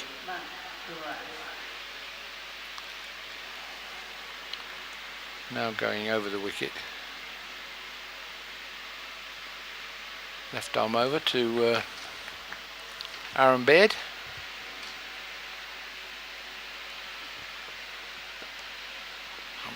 We're trying to get ones and to get Wheater on as much strike as he can as Duran comes in. A bit wide this one. Pushed to backward point, Seabrook Fields.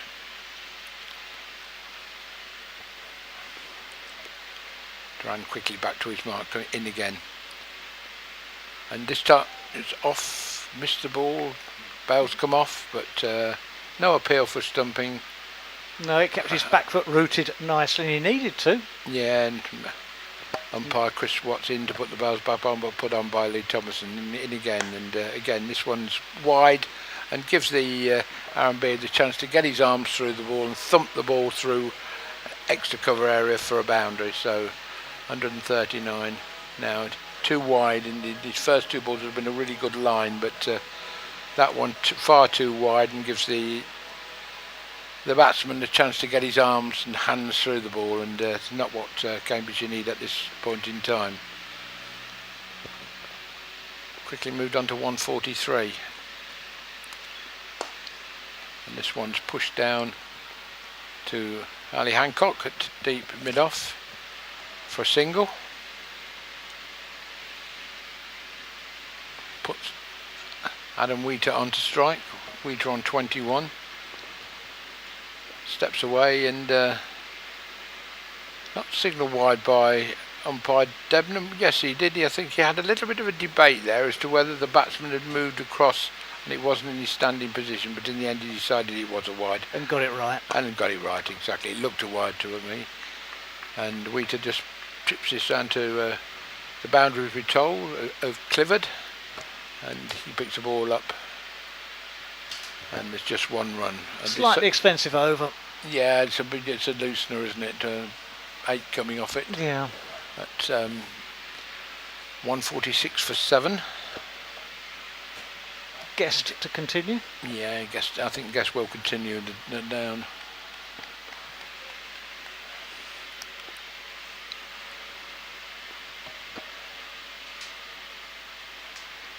Wheater down the wicket. I want to keep it to 1, which they do. Fielder in quickly. That was Duran the bowler. He's got a little bit of a boundary, but doing a long run. He's bowling at this end as Guest comes in again. This time to Beard. Beard goes to pull away and try to force that through past the extra cover, but misses. Guest in again. Again he pulls away, kicks himself with to go for the quick single to throw the stumps, and the throw that hits, and he's short, and umpire Chris Watts ground very, very quickly into the ideal position, raises a finger, and Well, Aaron Beard departs for 6. He pushed the ball to extra cover. He made the room for himself, thrust there, good pick up and throw, and a great hit of the stumps, and Beard departs. They've done that a couple of times, and Cambridgeshire, and direct hits from difficult angles. Well, they did. And Essex didn't learn the lesson. Yeah, they did it a couple of times on Sunday in the game, so they do practice that. And I was going to say, it's no accident, is it? It's no accident, yeah, no accident at all. And if you hit and you put pressure on the fielders, and they built a little bit of pressure there. They've got to go for runs now, and they're not going to easy. And 147 for 8, which is Matt. It was Ali Hancock with it. The bowler, and it's not often you see the bowlers having such good aims as that, and it was a really good effort to get there. Well, I'm hoping this is Ben Allison, the bowler. Yeah, they've got it a different way round on the score sheet to what we were told. It's Harrison Craig finishing off actually up at that other end, and this time it pushes round, and Wheater just gave the space for himself, showed his experience of being in that Essex middle order, just give himself a little bit of room and thumped the ball away to the boundary. Yeah, it's guessed, isn't it? And he'd be a little bit disappointed with dropping it a little bit short. Yes, Wheater's the key wicket at the moment. Yeah, so you get it, and Wheater goes for the big one, but just pushes it out to Mark Smith deep long on.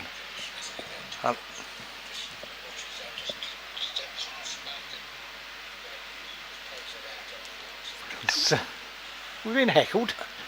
No, we're not. We're watching on the game on the score chart, and it keeps starting, and we can't delete it. That's the problem. Oh, okay.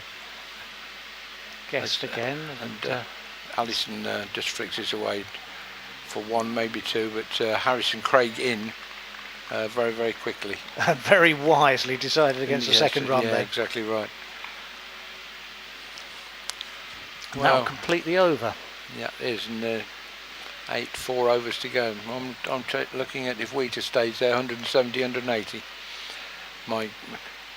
We would, in order to assist us this afternoon, we're watching the scorecard on Play Cricket, which is showing the live stream as well. So that's what. And it keeps chipping in.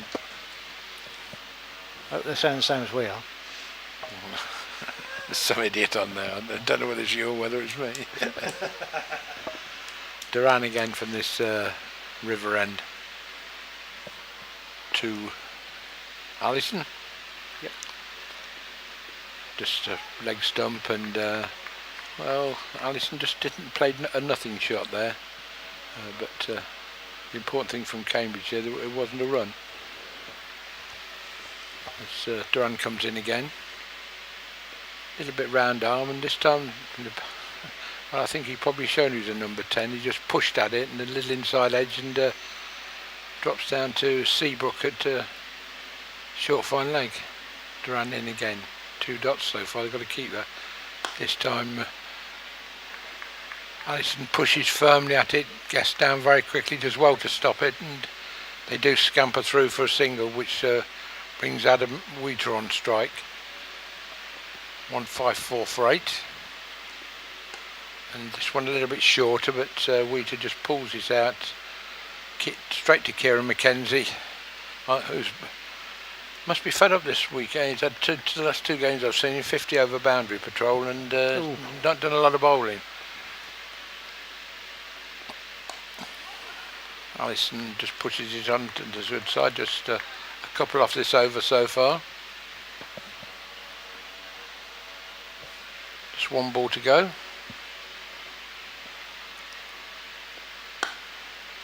And again, push straight back to the bowler, no run, and a really good over, just 2 runs off it.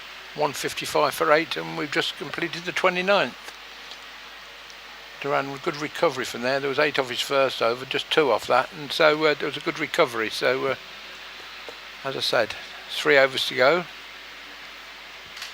I'd be interested to see what the captain does here, because Clifford had 7, and Harrison Craig has got 1 left. It's going to be interesting. as Guest comes in again from the far end. This time Wheater just pushes it. They've got to go for the 2. Fielders in quickly. Can they get there? And they can. They just complete good running between these two. There's a good bit of fielding out there, which I think they've put Ben Clifford out there because he's quite sharp. Guessed it again to Wheater, who again looking for 2, but Hancock round very quickly, prevents the second run. So 3 off this over so far, 157 for 8. Wheater on 31. Allison just the 2.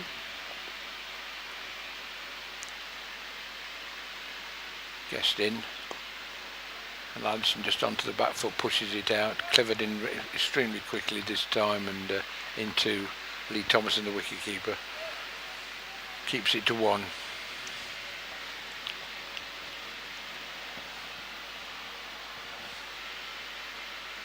Yes, it's 158. I still think my 180 is on mark, and yeah, it's Guest is in.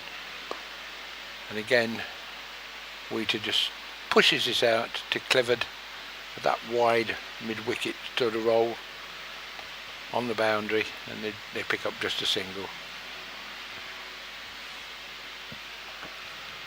The weather looks good, so it's passing now, so I think we're all right. I think we might be all right. Guest in again to Allison, beats him, no run. The important thing from Cambridgeshire's point of view is there's no boundaries, and that's what they've got to stop in these last couple of overs now. 2 overs, 1 ball. This time Allison just waits for it, pushes out to deep long off, Seabrook Fields, and the ball's back in, and the players going quickly around as they pleased to say the sun's out again, which is rather rewarding. That's the end of the 30th over. 160 for 8 Essex, and I don't know what they'll be looking for the last 3 overs, but 2 overs. 2 overs. They'll be looking for a miracle if it's 3. I was thinking they're looking for 20. I would have thought 180. Yeah. Duran again to Allison, and Allison just waits for it, pushes it out. And Clifford having to do a long boundary patrol at the moment. He's going from one side of the field to the other, because he is a very sprightly, fit individual. Duran in again, this time to Wheater, and driven hard, but Duran does well to get a hand down, just keeps it to 1, because that was looking 4 all over. Oh, absolutely. That was a really good piece of fielding off his own bowler. Yeah, it was a good bit of fielding, got his hand down really quickly.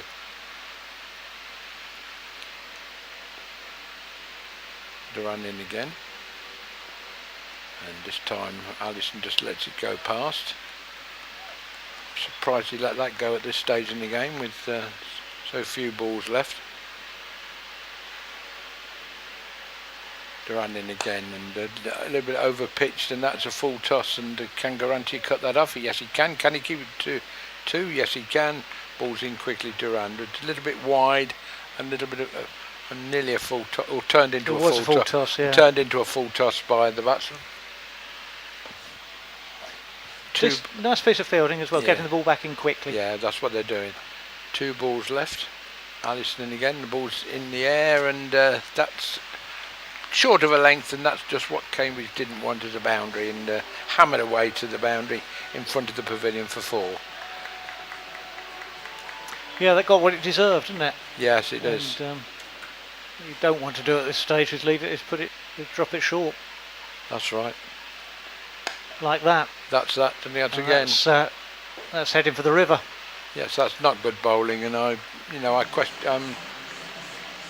question bringing on Duran at this stage. I know he's keen as a bowler, and when Harrison Craig's got 1 over less, and guessed he's bowling well, you would have thought that Duran's gone for 24 off his 3 overs. Yeah, 24 off 3.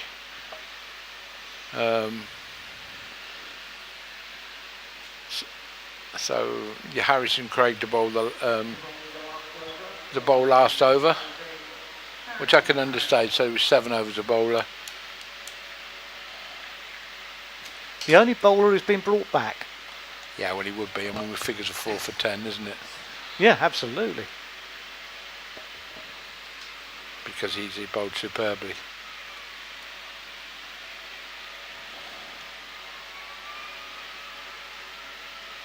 Yeah, Yes, 175 for 8 he's Essex. Big.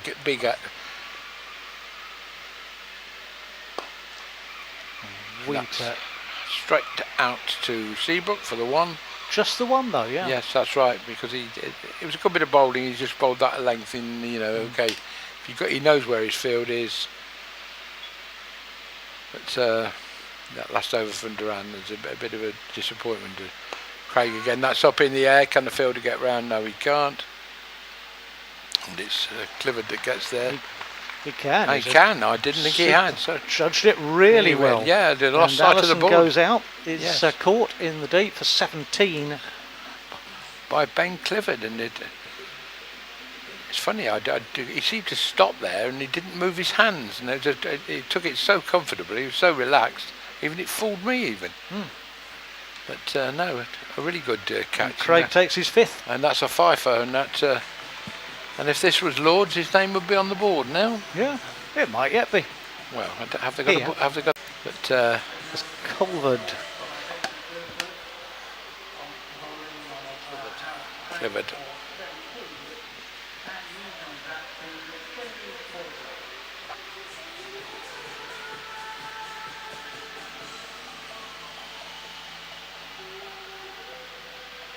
And coming back, it should be Jamie Porter, but it'll be Adam Wheater on strike anyway. Craig to Wheater, and Wheater looking to push 2. Won't get it. Won't get it because Clifford again, lightning quick, keeps it to 1.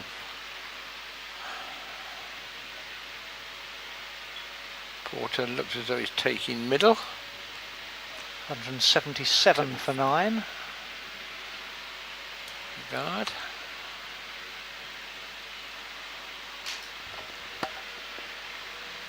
Craig again pushed down, and it's the usual couple. Clifford in quickly, keeps it to 1. 2 balls left, which Wheater will have 1 at least. Wouldn't be nice if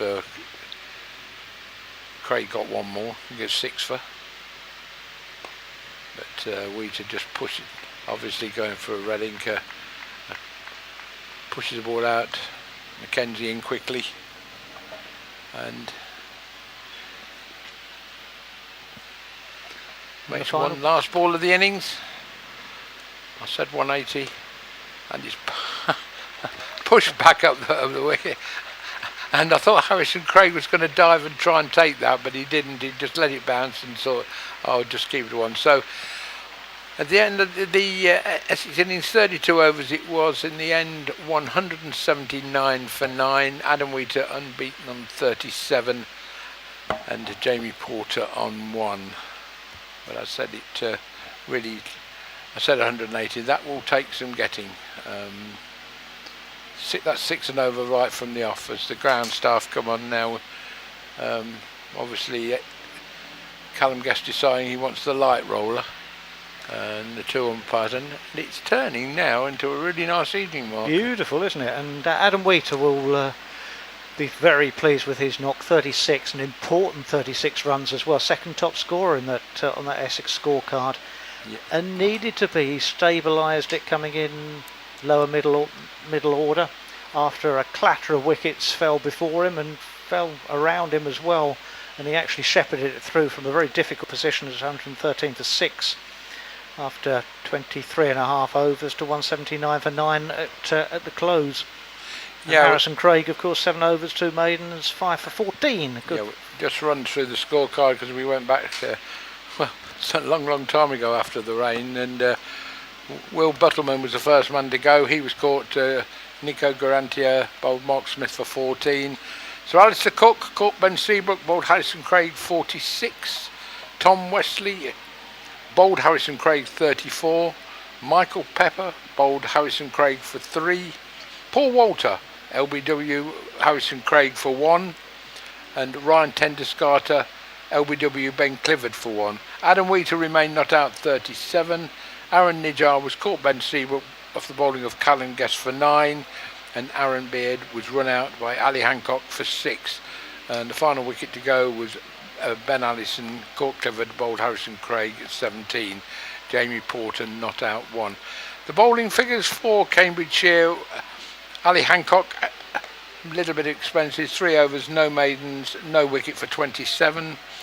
Mark Smith, 5 overs, no maiden, 1 for 32. Waqas Hussain, 3 overs, 1 maiden, no wicket for 24. Ben Clifford, 7 overs, no maiden, 1 for 36. Callum Guest, 4 overs for 20, and Matt 1 for 20, and Matt Duran 3 overs for 24. And the star performance of the day for Cambridgeshire undoubtedly was Harrison Craig with his left arm, 7 overs, 2 maidens, 5 for 14. What a difference he made to the Cambridgeshire bowling when he came on. Essex were in very much the ascendancy, and now it's looking as if it could be a tight finish. Well, 180 target. I think looking at the Essex bowling attack, they're favourites at the moment. Yeah, they should be. But it'd be interesting to see what it is. Very nafty Cambridge blue Essex in now. And then when they changed it, there used to be this red and dark blue, navy blue and red, but they've got a very nafty shade of light blue on now. Obviously new sponsors and everything else, but that's quite nice actually. It does, doesn't it? Yeah. And from an Essex point of view, a warm-up game for Thursday's Royal London Cup match at Hampshire. I think they've had a really good test in terms of batting. They've been tested, having won the toss and put themselves in. If I was thinking about going down to Hampshire, if I was McGrath, I would be a little bit concerned about the form of one or two of them. I mean, Alistair Cook got in, looked good, and then got himself out when the slow bowlers came in. Tom Wesley looked good, but I mean, when you look at the likes of in the rest of the side of that, where you look at, well, Buttleman, whether he'll be in, who knows, but Pepper, who's been in reasonable form, LDB, Walter, Ryan Tenderscarter, Wheater looked as though he was in a little bit of form. And then you take, but you just don't know who else is going to come into that side. But you got the added bonus of defending a smallish total, haven't you? Yeah. And that's good. That's good practice. Oh, well, it is good practice, but as I said, I think you look at the bowling now, and they're warming up, and they look a real big strong unit. These lads now that are going to be bowling at them are yards quicker than probably they normally face. Oh yeah. And that's the difference. The quicker bowlers and certainly the slower bowlers will turn it more. But the coaches will certainly warm them up.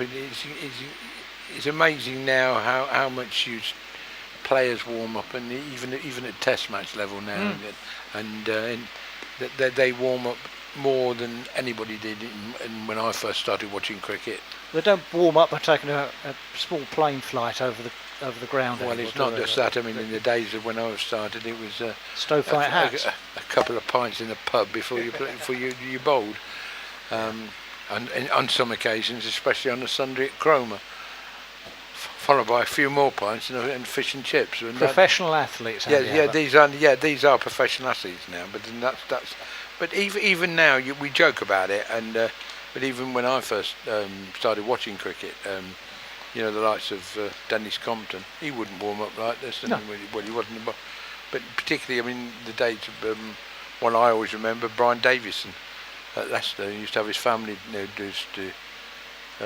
come down, and if you know the Grace Road to the left of the pavilion, that's where they'd be.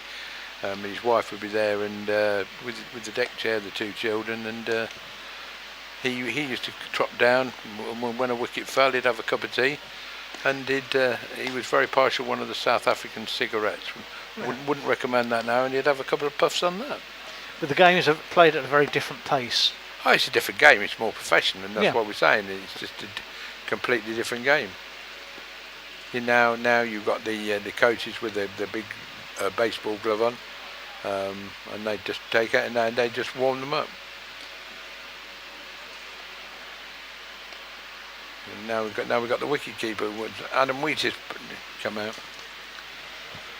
Yeah, I'm just looking at the mitt. I think it's a mitt rather than a glove, Yeah. which would make it either a catcher's or third baseman's. Well, we know you're an expert at the moment. I'll bow to your superior. Because the others have split Yeah. fingers. Do they? Mhm. Oh, right. They're gloves rather than mitts, by and large. Oh, right. Now we got the coming out with the bat to give him a bit of catching practice as well. But you look at the warm-up now. They're warming up with the white ball as well. And that one didn't. But you watch one or two of the bowlers. They had making it swing. Look, that didn't. Bit of catching practice for Alistair Cook as well. That's right.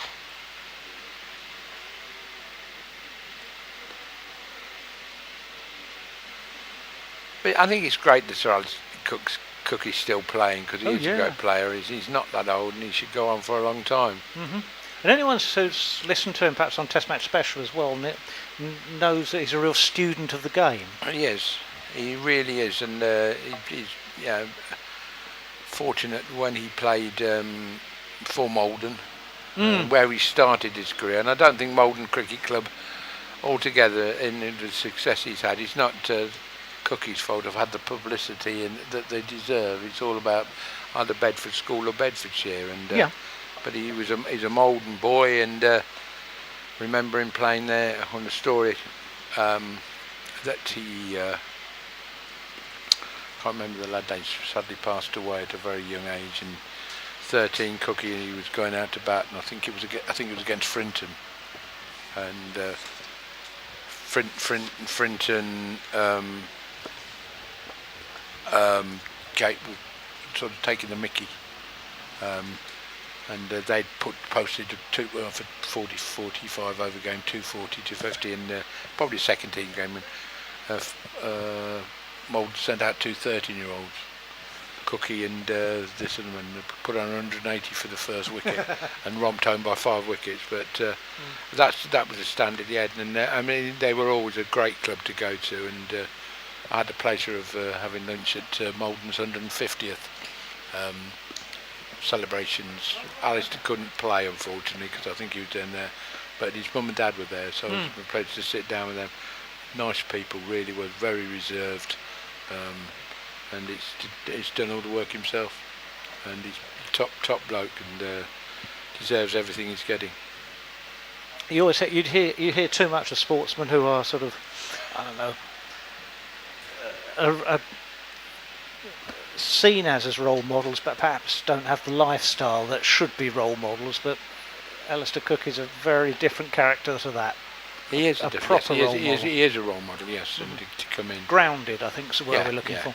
Yeah, he was, and I said I had a bit of time at Bedford School, but he was certainly when he batted. I mean, he got lots of runs in the East Anglian Premier League, and as I say, made his debut at Bury, and I think it's one of the great ones that Chris Gaffney, the New Zealand umpire, was playing for Bury at that time as Cookie made his debut, because I was desperate to come up with the old analogy that the first time that Cookie ever got stuffed by Gaffney, but it never happened, unfortunately. So play will start at 6:58, I think, if memory serves me right. And here's a sheet. I'll let you work out, because that's the Duckworth Lewis Power score sheet. I'll leave you to do that one. Oh, I see. Right. Maths at 7 o'clock and 5 to 7. Well, I don't need to do the maths. I just need to read the columns down, don't I? Based on how many overs are bowled. Yeah, well, I don't want to look at spreadsheets at this time of night. I need a statistician. I don't know any, though, unfortunately. Yes, but he always gets from you.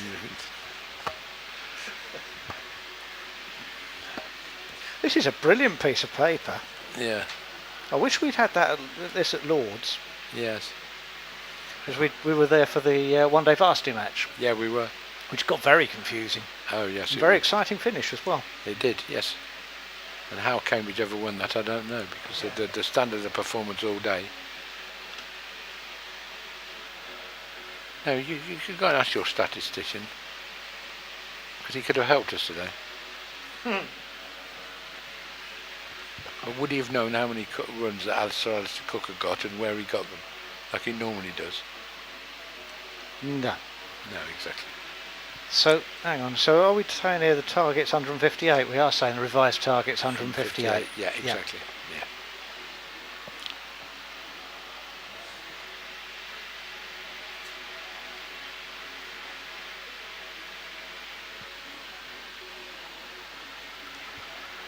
Which makes sense because Yeah. of loss of momentum and all that. Yes, yeah.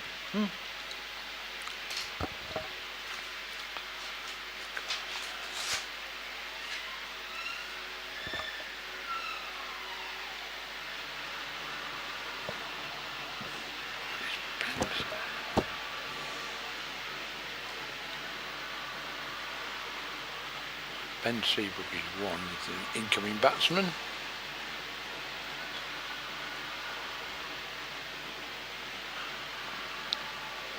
And I believe it's Matt Duran, the other one. Trying to identify them in similar coloured helmet. It does look like Matt Duran and Ben Seabrook.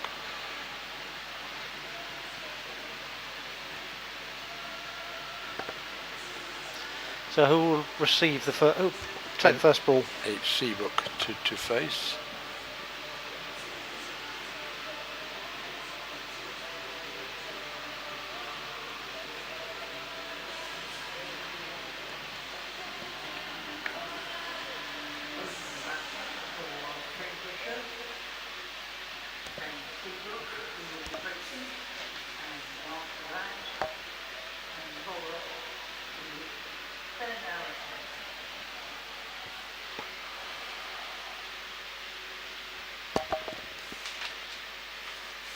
And Ben Allison, I think, at this river end to open the bowling for Essex. It is indeed. Yes.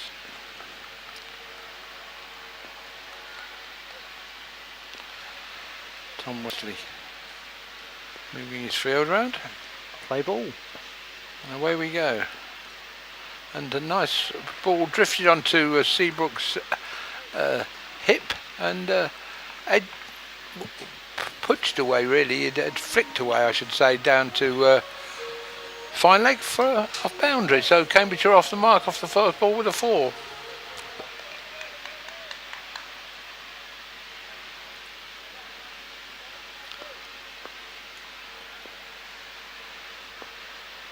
Interesting field. I'll come on to in a minute. Aston again leg stump, but this time punched away and well fielded at square leg.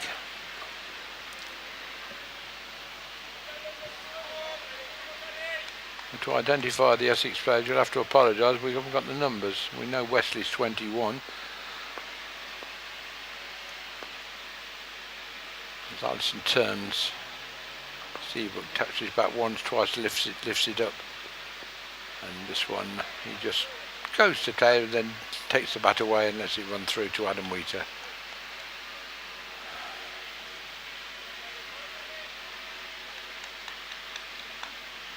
Yes, an interesting field. We got was slip, point, X to cover, Wesley at mid off, Buttleman at mid on, then we got a mid wicket, square leg, fine leg, and a third man. Allison in again. This time on the spot, just back of a length. Seabrook just drops it one down.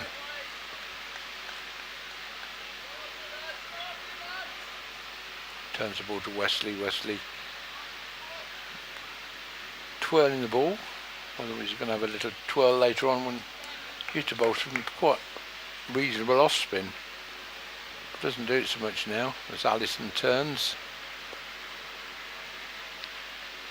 Up to stumps now, leg stump, and flicked away and straight to square leg, and Seabrook departs. It was a half-volley leg stump. Seabrook onto it quickly, didn't keep it down, and pounced at square leg. So The last ball of the sort of fourth ball of that over, Seabrook departs for 4. So Cambridgeshire 4 for 1. which puts them behind the Duckworth Lewis total. I think we will safely say It does. But so it was smart. It was straightforwardish catch. It was a clip. that's nice for Ben when we've seen it. Always look on the bright side of life, rings out.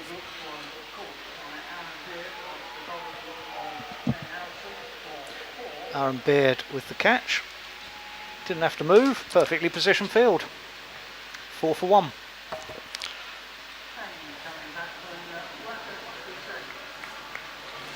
Wakas Hussein, the incoming batsman.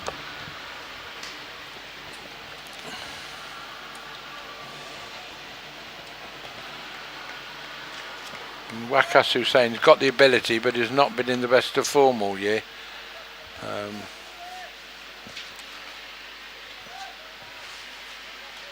So this will take some real doing.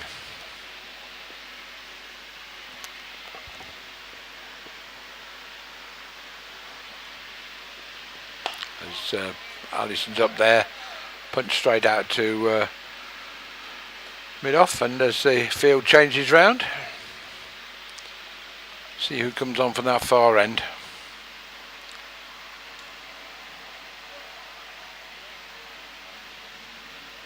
It's a successful first over then for Ben Allison. Just the start Essex were looking for after one wayward delivery. Jamie Porter will come on at the Hayes close end.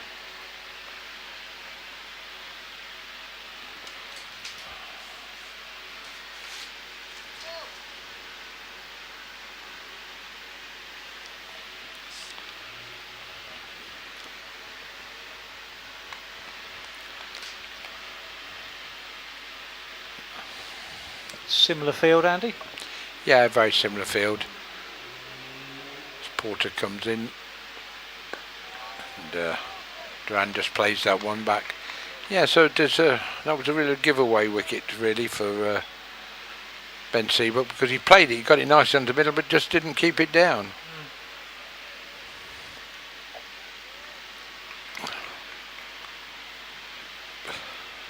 As Porter goes back to that far end.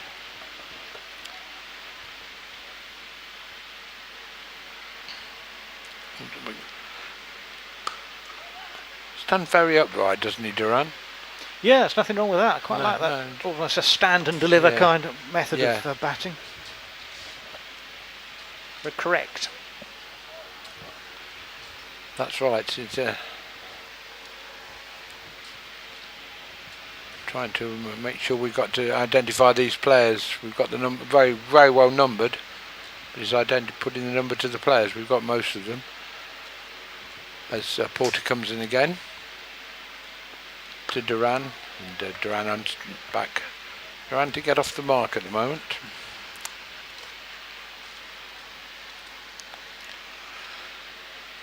That was Tender Scarter on the field in there.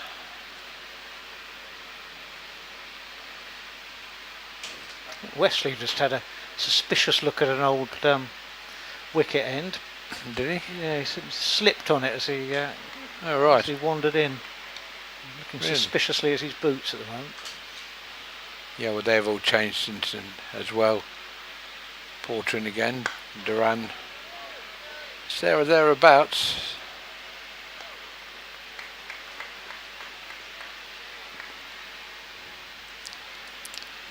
I think miscounted there. I think they all thought that was over. Obviously not. I was trusting the umpire.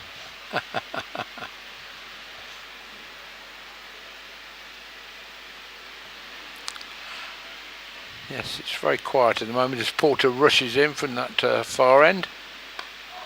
Duran onto it, gets in the middle, but doesn't score, and that's the end of the second over. 4 for 1. Cambridge in the man out, Ben Seabrook, scoreboard very helpfully tells me that the expected run rate at this point would be 14. Cambridgeshire 4 at the moment. I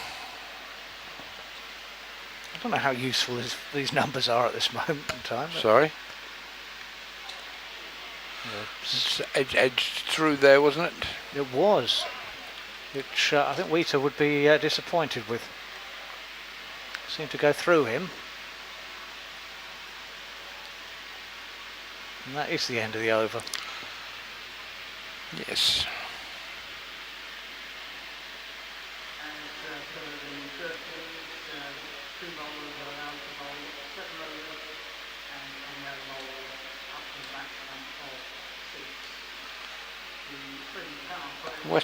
Wesley come across to mid-off this time and swap places with Buttleman, so obviously Wesley considered Ryan Tender-Scarter going across to sort of extra coverish. Just to confirm, 2 bowlers can bowl 7 overs, rest up to 6, according to the Tannoy announcer. And it's Allison I again. him. This That's time, and Duran was onto it in a flash, just outside off stump, able to get his hands through it and crushes that away for 4. So Matt Duran off onto 5. He got the single at the end of that last over.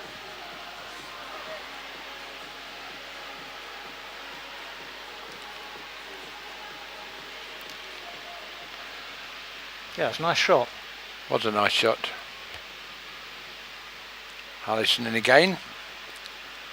This time down the leg side. Umpire Dedenham turns to the score signal with his arms outstretched. A wide one to the total. Cambridgeshire total up to 9. I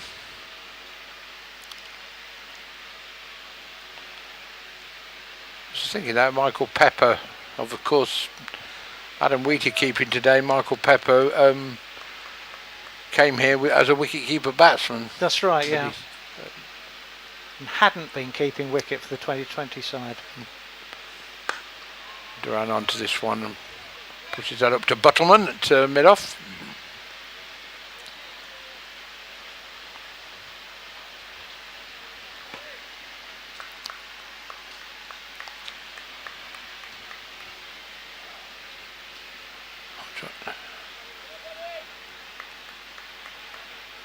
Big pile of sawdust to walk past, isn't it? Yes, it is. It's rare to see that these days. Groundsmen don't like it, do they? As Allison comes in again to Duran, and an almighty wahoo there. Not very good for that one. No, I think he was playing down the district line. He went down the Metropolitan. Yes, and his bat was going around the circle as well. Wasn't it, Trust? Nice delivery, just held its own. Yeah.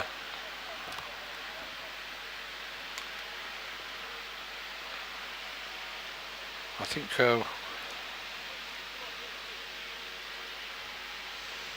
Allison in again. Flicked away by Duran. Round for 1. Down to fine leg. Just trying to find out who that is down at fine leg. He's a fierce long way away. It is, yes. It might be Jamie Porter, I would have thought. Or was it Jamie Porter the other side? It's somewhere with a 4 on his back anyway. Allison in again. This time to Hussain. Hussain forward.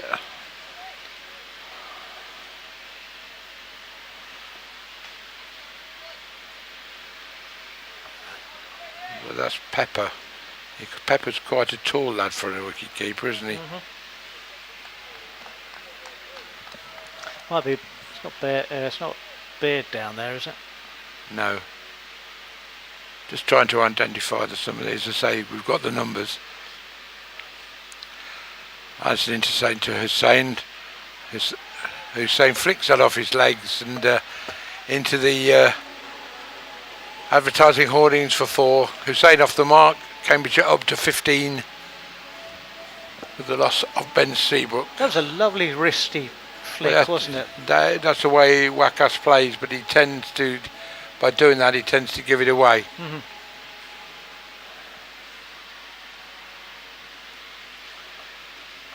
It's not a bad start for Cambridgeshire, 5 and over. 15 for 1, yeah. But it would have been better if we hadn't lost. The county would be happy if they hadn't lost the wicket, as Porter makes ready to start again.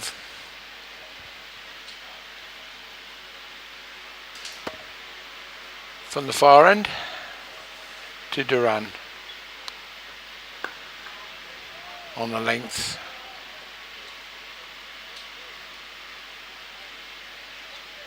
That must be Pepper that comes around and picked that up.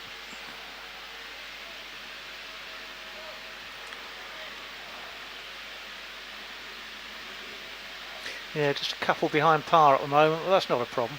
Well, that's at this stage, you're only a couple behind.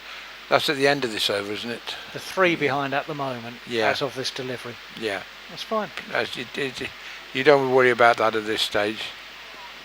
That one just pitched well, pitched middle, and just angled away off the pitch and past the edge of Duran's bat and straight through to Adam Wheater, who's having a real intense conversation with Alistair Cook, obviously talking about batting, the way they're shaping up. If you were standing next to Alistair Cook, you'd want to get some tips, wouldn't you? Well, you would, but if I was as good a wicket-keeper as Wheater could be and playing at this level, they were obviously talking things and that. But Alistair Cook's always been a good slipper, hasn't he? Mm-hmm. Oh, yeah.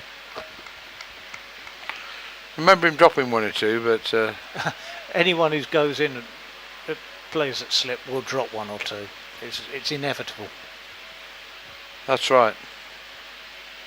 Porter in again to Duran. Duran tries to force that away just straight to Ryan Tender-Scarter at extra cover. No run.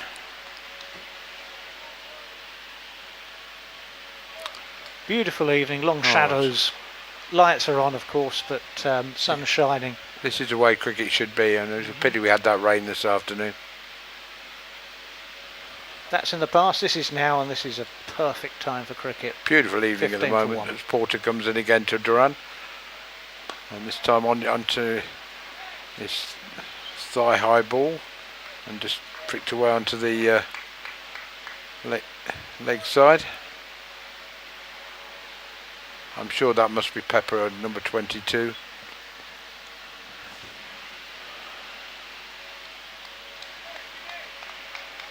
'22's Walter. Pardon? 22's Paul Walter. Paul Walter, is it? Mm-hmm. Thank you very much.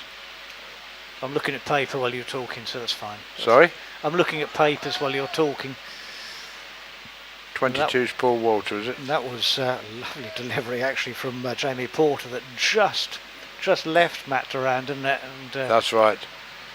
may have claimed he took his bat away from it to play inside the line deliberately. So do you reckon 19's Pepper then? I certainly do. Pardon? Yes, absolutely. Ah, good.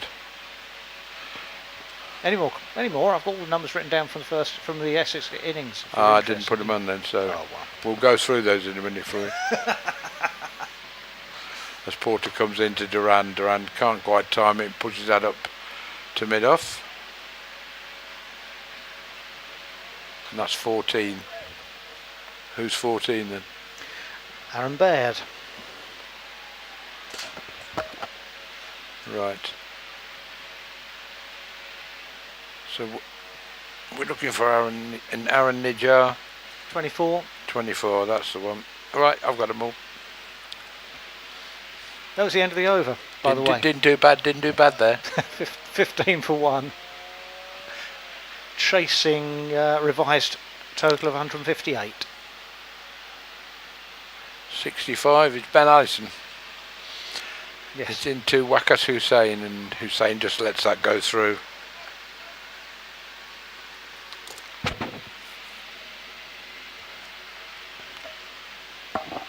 Yes, it's cooled down a bit, hasn't it? That storm, yeah, it's not so oppressively hot as it was when we started this game at 2 o'clock in blinding sunshine, where it was very difficult to see players who they were with the sun straight into your eyes.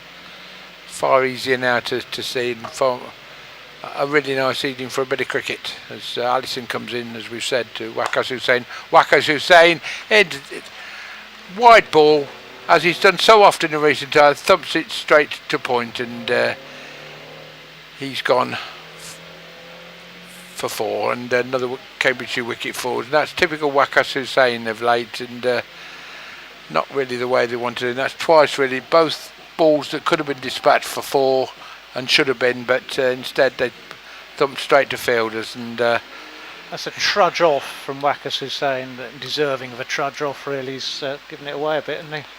Yeah, well, that's where he's been lately, and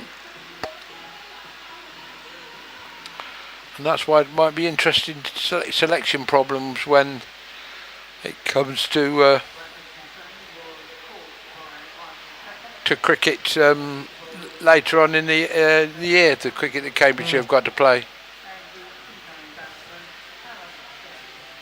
Callum Guest, the skipper, the new batsman.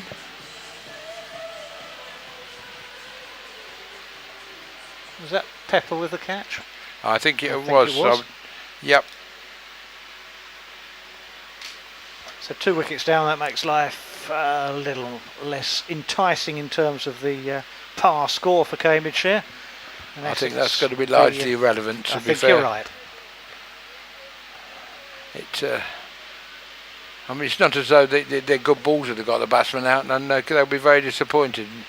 And that's as comes into Guest, and Guest just studiously plays that back down the pitch.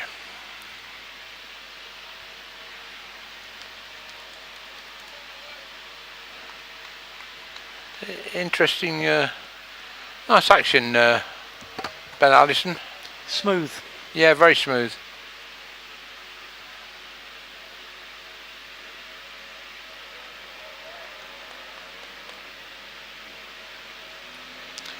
In again to Guest. Again, this is on off stump, just angled down to third man, to Aaron Nijjar, who onto it quickly just to make sure it is only one. Now they all change over for the left-handed Matt Duran.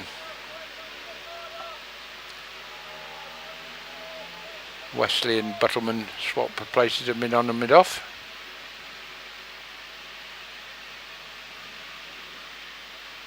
Allison again, and that's on the foot, and that's going down leg. Yes, I think that angling back, the angle of the ball coming round the wicket, it didn't straighten at all, and the ball spooned away. Looks definitely it's got to straighten a lot for right arm over coming round the wicket. Yeah, the angle takes the ball down to that leg side. no great excitement there, was there? No, not at all.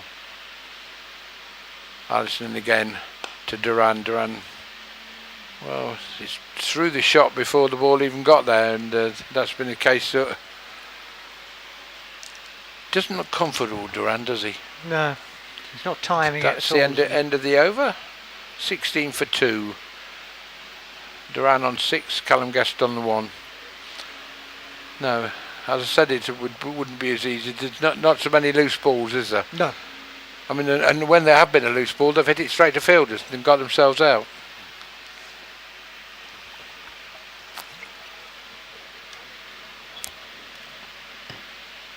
Looks like Porter to continue. Yes. So they're going to put a second slip in. Yeah, I don't blame him.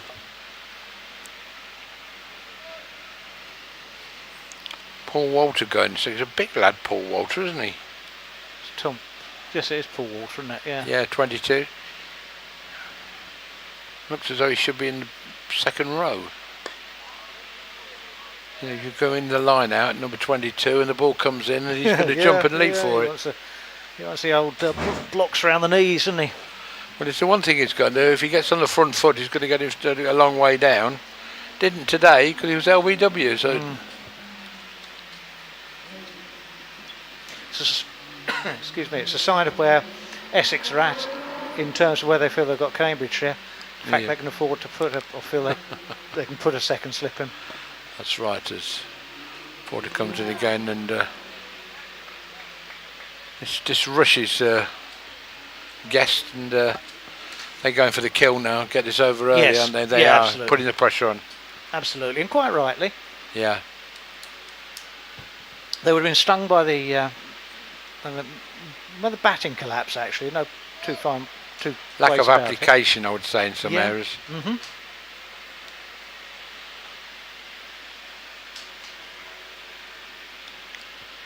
Porter in again to Guest. Again, ball angling in. Does well because he angles that ball in, doesn't he, from right arm over, and it doesn't gives the batsman no room to get through it. A very different bowler from Ben Allison at the other end, Yeah. isn't he? Much skiddier bowler, perhaps. Yeah, but Porter's got a good record in first class cricket, doesn't he? Yeah, they bring two different and good things. Exactly to the right. game. In again, and that's just nudged down onto the onside, and they scamper through for a run. Yeah, that's good cricket from Cambridgeshire. Yeah, just and that's what they've got to do. try and get the Callum scoreboard ticking. Guest has got it's not got any really big scores lately, but he has the ability to get big scores, and he could quite easily come up with that. Just need to be busy, don't they? Yeah, exactly. But Essex will be reasonably content at the moment with Cambridgeshire at 16 for 2. They'll be very content at the moment. Yeah, it's the important things are wickets, isn't it? Yeah. If this had been 5-17 for naught, I would have been quite happy with that start. Mm-hmm. But Ben Seabrook will be very disappointed.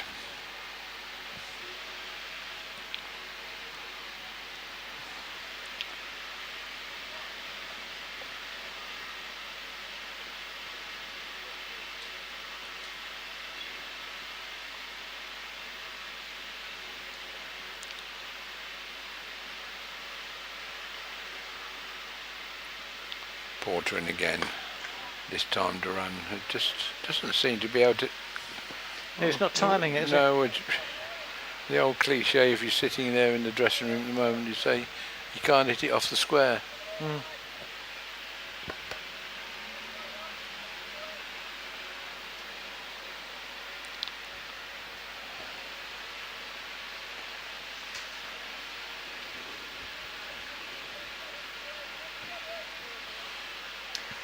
Tom Wesley just supervising manoeuvres at the moment. With, Yeah, see what he seems contented. Yeah, he should do. Ben Allison to resume from the river end. Yes, he'd be very content with that. Club captain here. Forget how old Tom Wesley is now. It's only seems a short time, but he's been around a long, long time. There were rumours many years ago about him moving on to another county, but he's always stayed loyal to Essex. And yeah, you just wonder how much longer he'll go on for, because he's Allison in again. down the leg side up rear wide. It was only a fraction wide, and Callum Best had a flick at that. Yeah, but they will have a flick at it, but as they say, it's one if they miss it, and as long as they don't hit it too hard. No, as I say, Tom Wesley had that golden couple of years when he got into the England squad, didn't he? Then he had that bad finger injury, which really set him back. As Allison comes into Guest,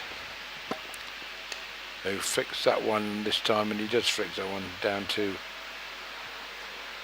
fine leg.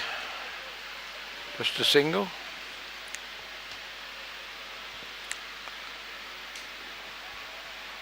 Be interested to see what else Essex have got in their armoury as regards bowling. Yeah, it's always a good test, isn't it? Yeah. Your first and your second change bowlers, what they bring to the table. Yeah, when we don't watch the game regularly.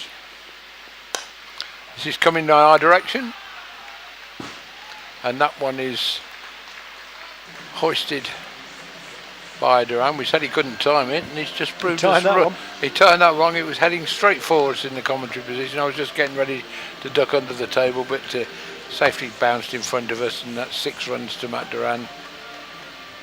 And well, that will make him feel a bit better. Allison in again round the wicket to run up to 12, and he decides to try and do it again, but this time along the floor, and doesn't quite time this one. But a little bit of aggression. 25 on the total on the board for Cambridgeshire. Yeah, 25 for 2. Well, it'll be about 4, just under 4 and over. Fraction behind the rate, but that's fine at the moment, early days. Yeah, it doesn't worry about the day, but it's build a total. Keep wickets in hand, and that's the important thing. Is don't let the pressure build too much, but don't worry if it's a little bit behind. Yep. Keep the wickets in hand, and then we'll see where we go. I mean, without 2 of their bigger. I mean, Ben Seabrook's been the star this season. He's gone early.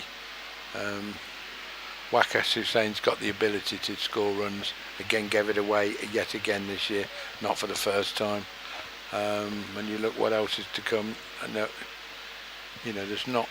I would say we're not overly. As with big two, Nicol Grantier can get a few, and he's a quite good bowler. So. End of the 7th there, 25 for 2.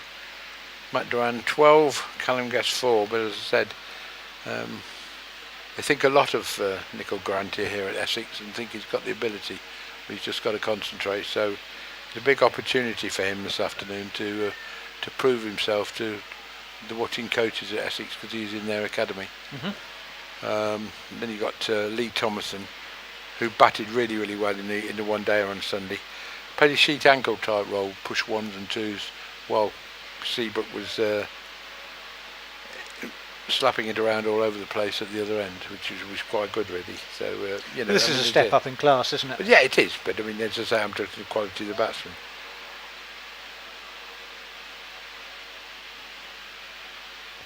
I think they're enjoying the challenge. Porter to resume. Just played quietly back onto the offside by Guest, and there's no run. Porter starting his 4th over at the Hayes close end.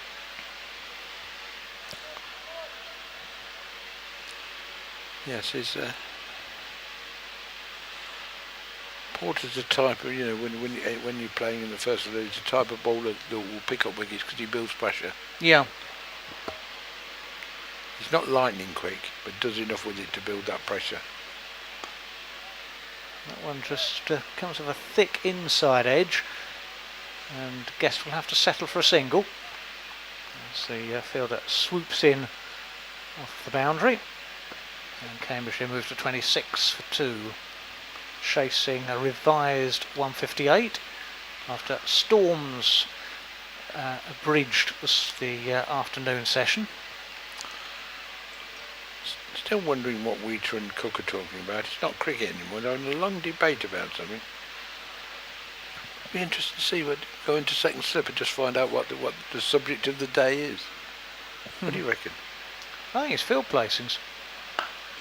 So that was short and played again, straight into the hands of Ryan Tenderscarter. Yeah, Tenderscarter. Again, a poor ball, and just didn't hit it, and straight. And again, another wicket given away by Cambridgeshire as Matt Duran goes for 12. Caught Ryan Tenderscarter off the bowling of Jamie Porter.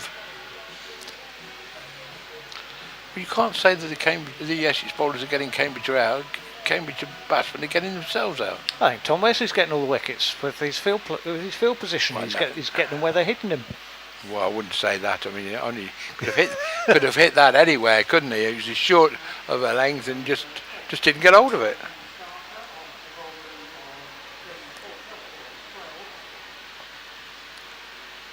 .26 for 3. Looks like a bit of a struggle for Cambridgeshire. Essex will be very comfortable now as the new batsman comes out. This is Lee Thomason.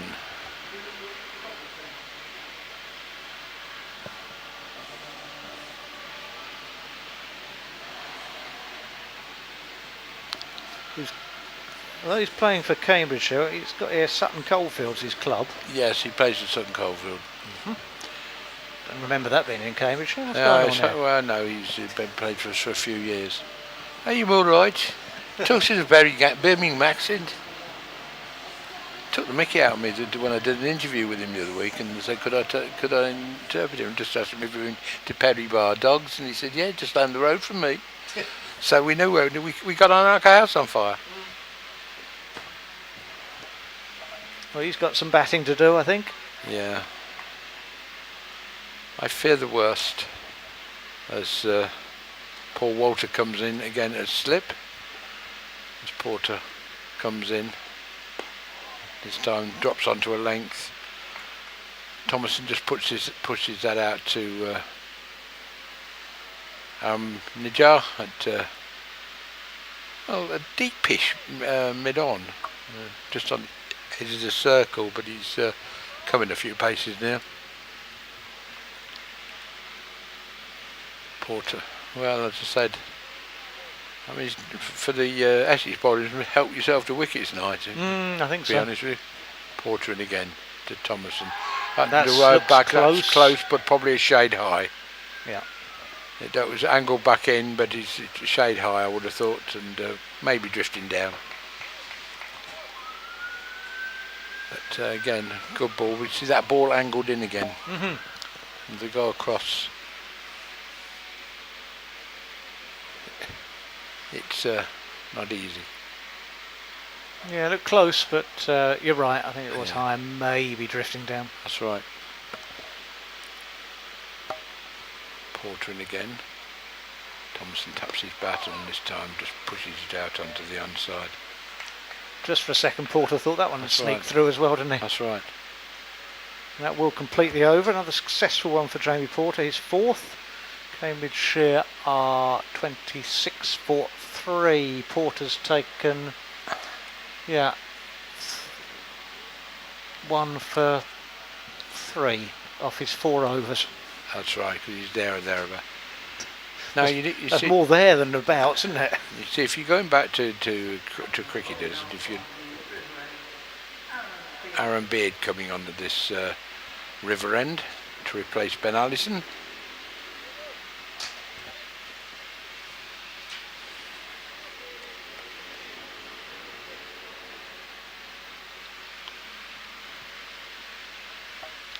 Beard right arm over in and Guest onto it. The half volley pushes it out on the other side. Outfield not as quick as it was earlier, but the ball will just beat Ryan Tenderscarter, and 4, and Ben Allison signals 4. Guest goes up to 8. Yeah, the outfield slowed up a little bit, but not that much actually. No, probably didn't quite get hold of that, but he was got enough hold of it enough to get it to the boundary. But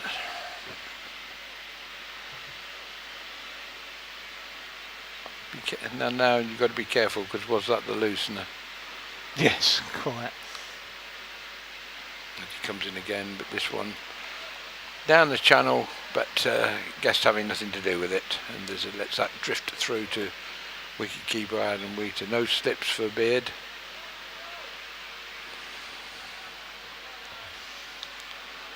But very predatory looking Alistair Cook. Alistair Cook. Alistair Cook moved out to extra cover. Yeah, looking very, very predatory there. Yeah, it's coming to short extra cover. And this is one hammered through the offside by Guest. Again, it's over-pitched and, it's rocketed to the boundary for 4. And so another 4 to Callum Guest. He's into double figures now on 12-34, the Cambridgeshire total. Slight loosening of the valve. Yes.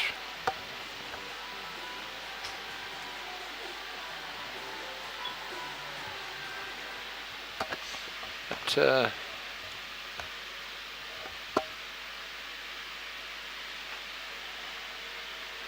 Beard up again. Just again, similar 4.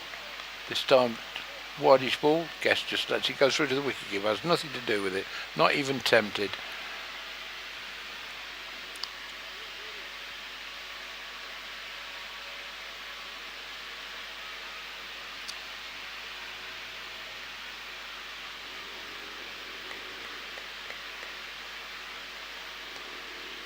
Beard in again. Well, this time he did go for it and just wafted at it outside the off stump, and really didn't get his back a foot across to that one, because that was wide and could have got the hands through it, but didn't move his feet too much to that one, just wafted at it. Lucky he didn't make contact, wasn't he?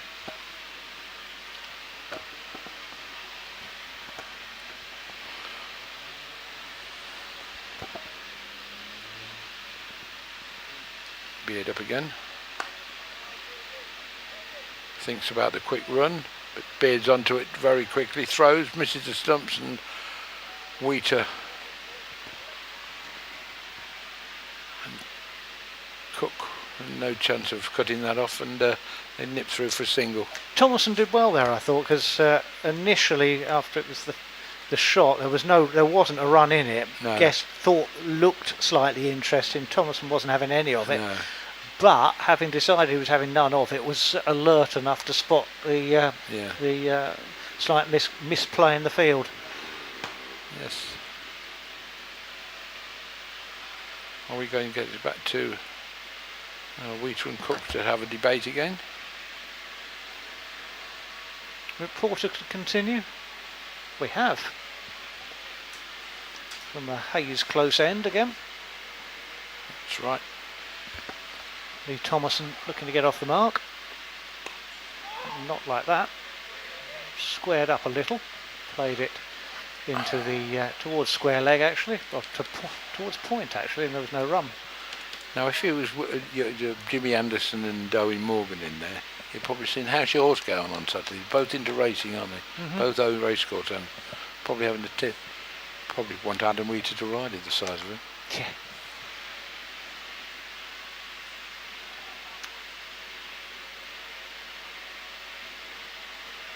Porter in again.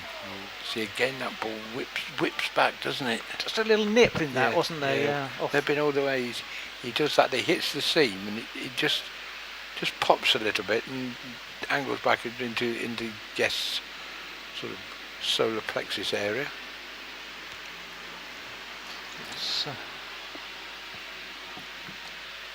Played that quite well in the end.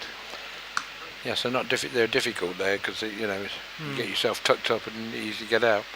As Porter charges in again, and that's in the air, over the top. Didn't get a hold of it, Callum Guest, and again you feared that might just go to the fielder like it's done there, but Guest got away with that one, and he dropped it in short, was onto it, but didn't quite get there and didn't time it. Probably onto him a little bit quicker than he probably thought. Yeah. Yeah, Guest on to 14. 36 for 3. Chasing 158.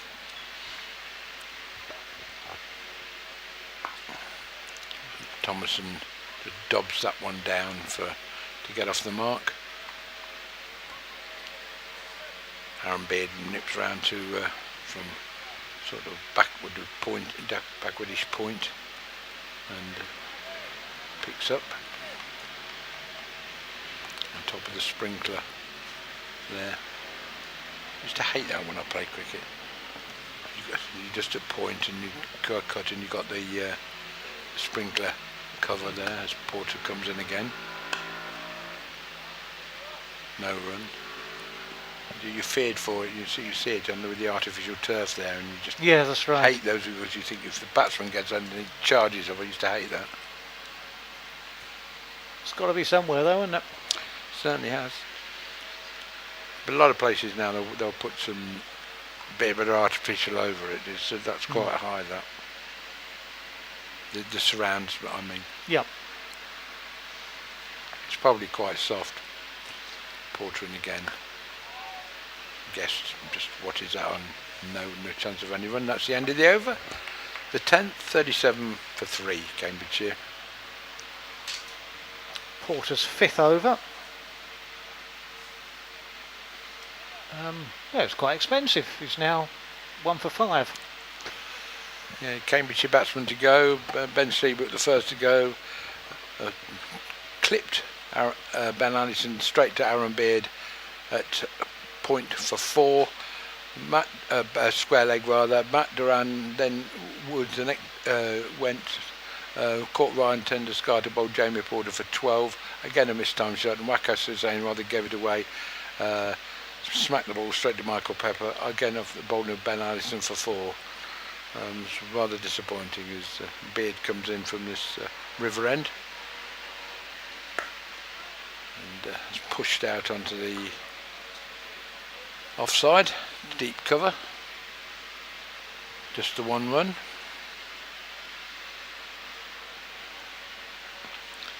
It's definitely a calm evening now, isn't it? Yeah, there's a different air about it, isn't there? It is, yeah. As I say, it's very, very quiet. Lovely golden reflection of the sun against the flats to our left. Exactly right. As Beard comes in again, bowls to Guest.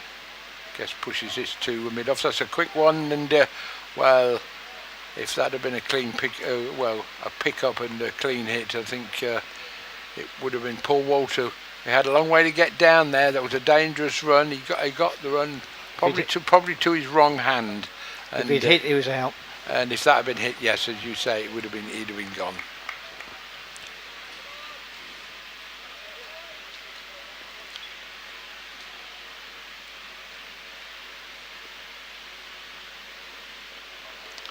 Again banged in short. It's on the edge of wide, but not quite. You can see if you look down the wicket there, Mark, and you can see it, can't you? Did the blue tram I can see the tram lines. Yeah, that was just right, inside them. Just inside, yes, it was on the edge. Yeah, the umpire's been spot on today, so. Yes, when you get to this level, they've got to be spot on, and yeah, they're good, yeah. Beard in again. Pushed out to deep cover.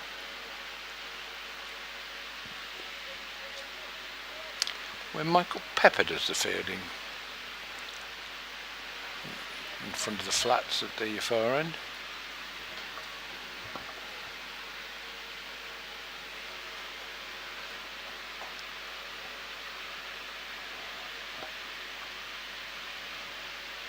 Beard not the tallest of quick bowlers, but he just managed to get some bounce.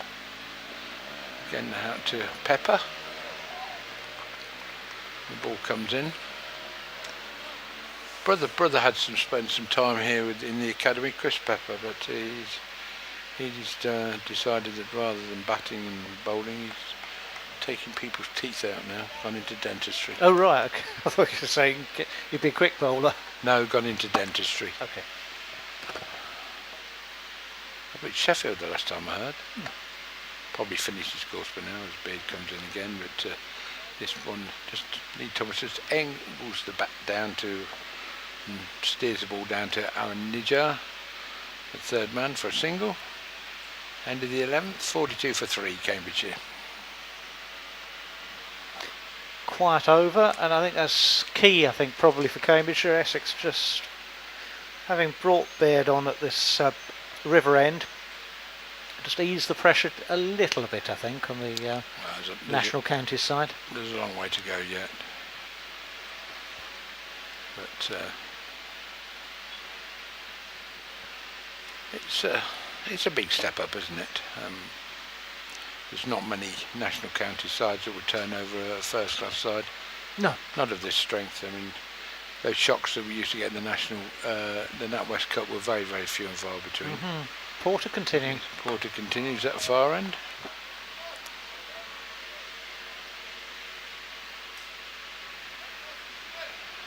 It's played quietly back by Thomason, who's on 4. This will be Jamie Porter's 6th over. Can bowl a maximum of 7. 2 bowlers can do that. Obviously going to bowl him through, I would think. Yeah, I think so.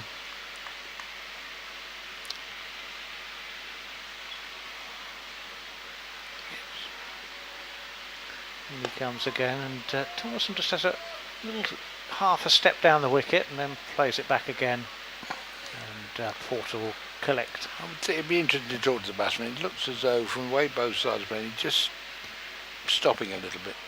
Yeah. It may well be, but because that's why they're going around to make sure.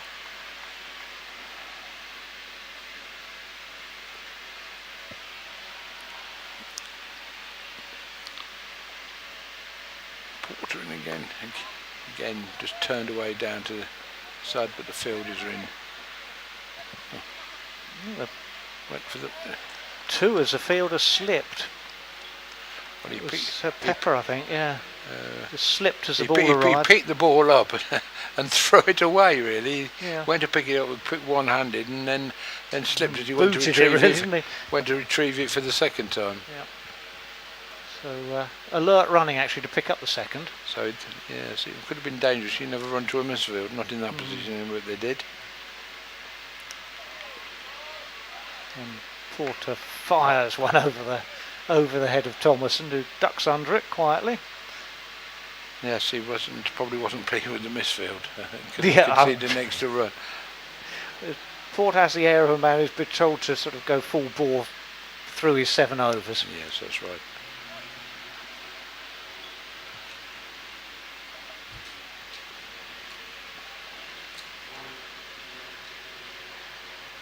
He continues again. This one goes right through Thomason. That's again, that ball just did a little bit off the pitch. Did.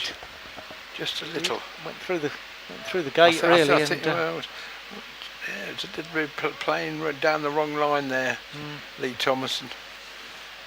He pushed at it, and as I said, just went over the top of the shoulder of the bat, and got a bit fortunate.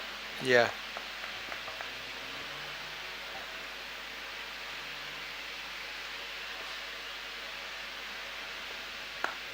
This time Thomason gets everything behind that and needs to, and stops it dead, and that will complete Porter's 6th over. He's got more expensive now. He's actually conceded 7 runs. No wonder he was cross about the misfield. Cambridgeshire 44 for 3 after 11. 4 and over. Yeah. After 12 actually. The scoreboards just will catch up in a minute. 61 the pass score.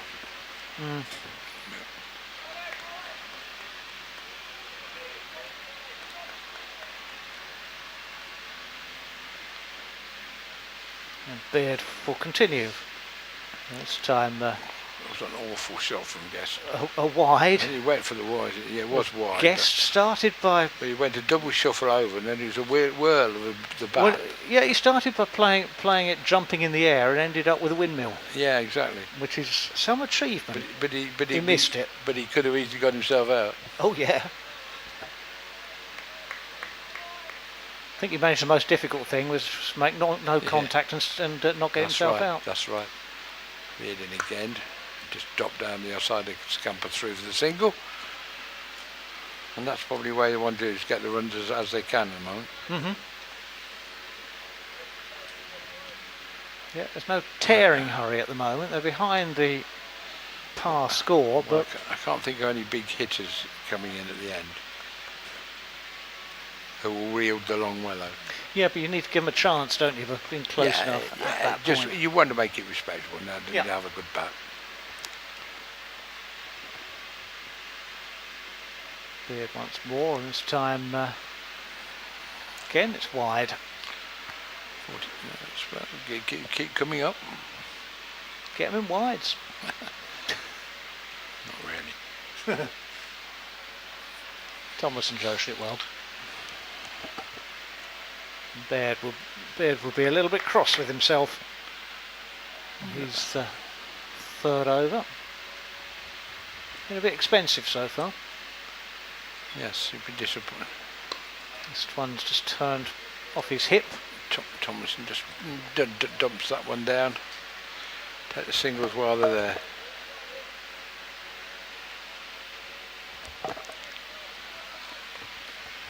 Should be 48 for 3. It is indeed.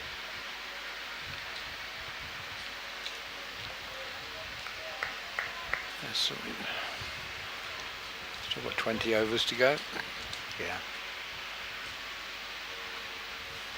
It again rushes in down the leg side this time. That is another wide. Yeah, that will be a wide.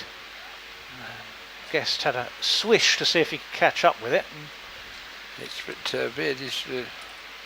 He's been a bit wild, hasn't he, this over? Oh, it's been, you know, you can't get a line. It's left, right, isn't it?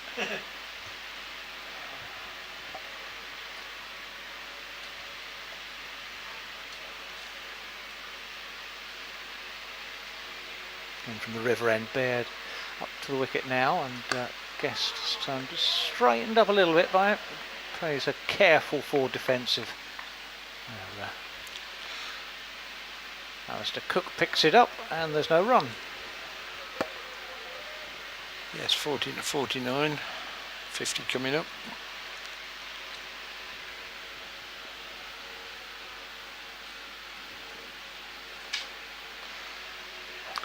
Paul Walters warming up at the moment.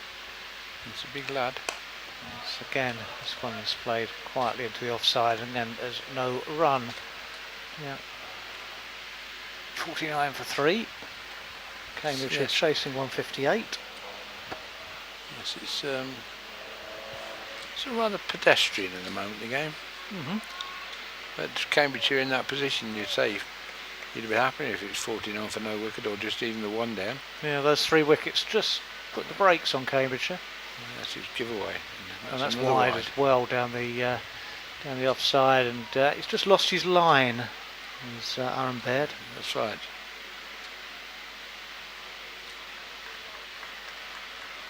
It's not particularly what the skipper wants. You don't normally see a lot of wides down the offside in one-day cricket, do you? No.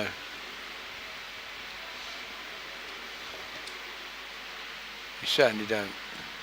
And again this time straying a little down on the leg side, and it was clipped around the corner, went through the fielder and yes, away for 4 runs. As was. Guest made hay, I think, on that occasion. It was overcompensated from the previous wide.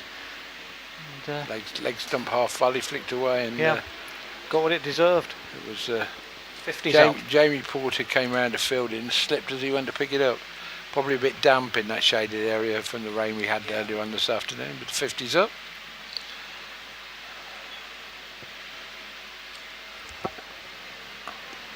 And Guest just lets this one go through to the keeper. Adam Wheater, 17. Callum Guest now. Lee Thomason on 7. 50 for 3. At the end of the 12th, 13th.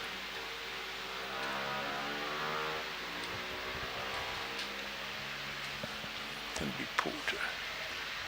Oh, Porter's going to finish off then. Yeah, that would make sense, wouldn't it? From the Hayes close end. The light starting to take over now, the floodlights. 4 huge ones around the ground. The advertising boards, some of those are illuminated, they're shining brightly as well. And the wind just rustling the trees by the river to our over our right shoulders. Nice cooling breeze as Porter comes in. And overstepped, I think. Yeah, no ball. No, it's over the head high. Okay. Over head high, and yes, over the shoulder. Oh, it's over the shoulder, not a free hit. It's over the head, it's a free hit. If it's shoulder,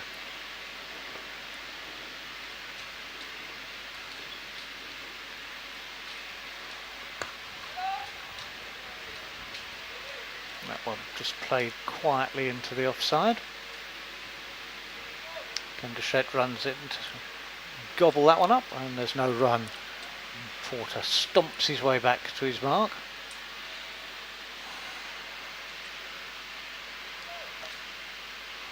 bustling run. It's just He's up for the wicket now, and this one, banged in short. yeah, banged in short, and Thomason wore it. Yes, you can pick that. It's strange if that picked up on the hand, they'd have to have sanitisation, but if he picked it up with his glove, he's okay. It's quite interesting, that. Yeah.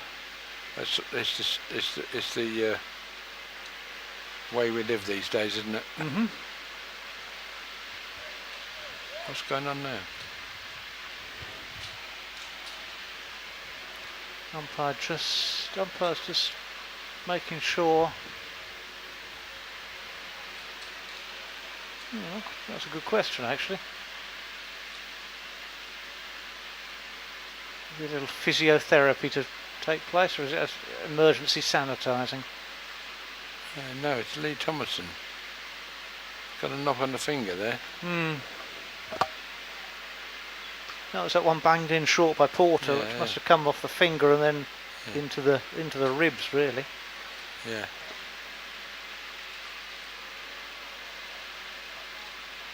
He's got the air of a man who's saying to the physio, "I'm all right, just leave me alone." Yes. The spectator away to my right reaches for a wind cheater. Yes, he's got a little bit of no on the finger. What are the umpires going to have a do there? Got the spray coming out.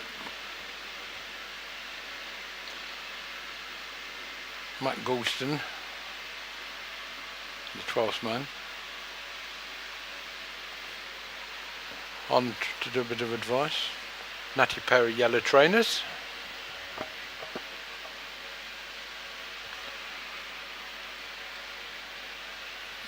And I think we'll be prepared to carry on. Chris Watts taking control of the situation.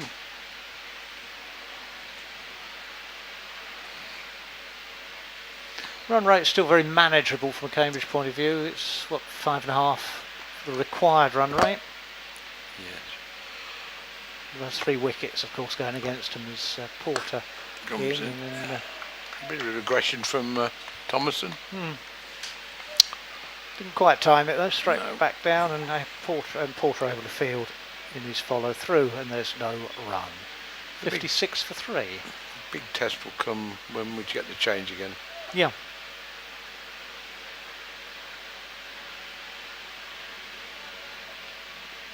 Yeah, Porter's bowled tightly. Has been, yeah. He's a bustling type of bowler as Thomason pushes it up to mid-off. Scamper through for a very quick single. Yeah, comfortably. Aaron Nijar threw at the stumps, but I think looking at it from this end, it was comfortably passed. Yeah. Thomason to 8. Kept the same field rule that's all afternoon, hasn't he? Tom Wesley, self at mid-off, Tender Scarter at extra cover. As Porter comes in, and again decides to. He's hit him once, and now he's done it again. And Mr. Watts over shoulder height. There's another one, yes. I thought it was only one for the over.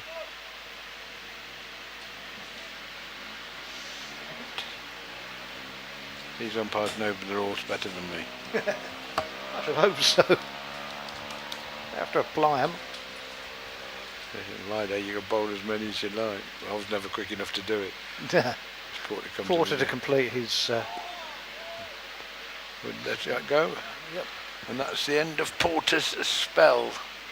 7 overs, 1 maiden, 1 for 10. Yeah. Not bad, that.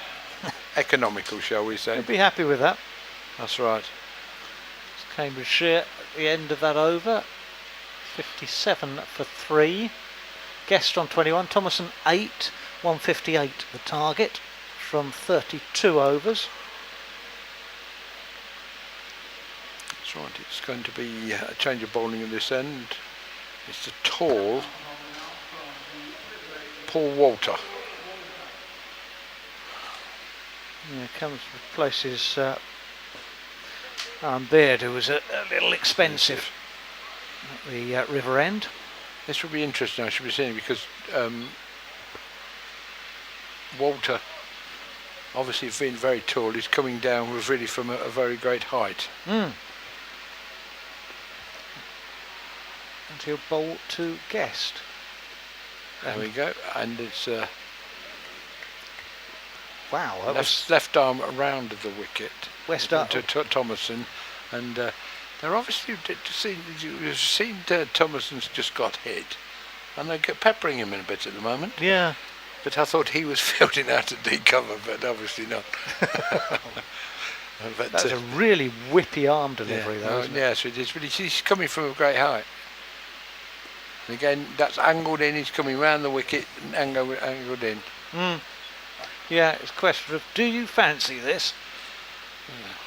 If you don't, he's getting the evening. We're going to warm you up a little bit.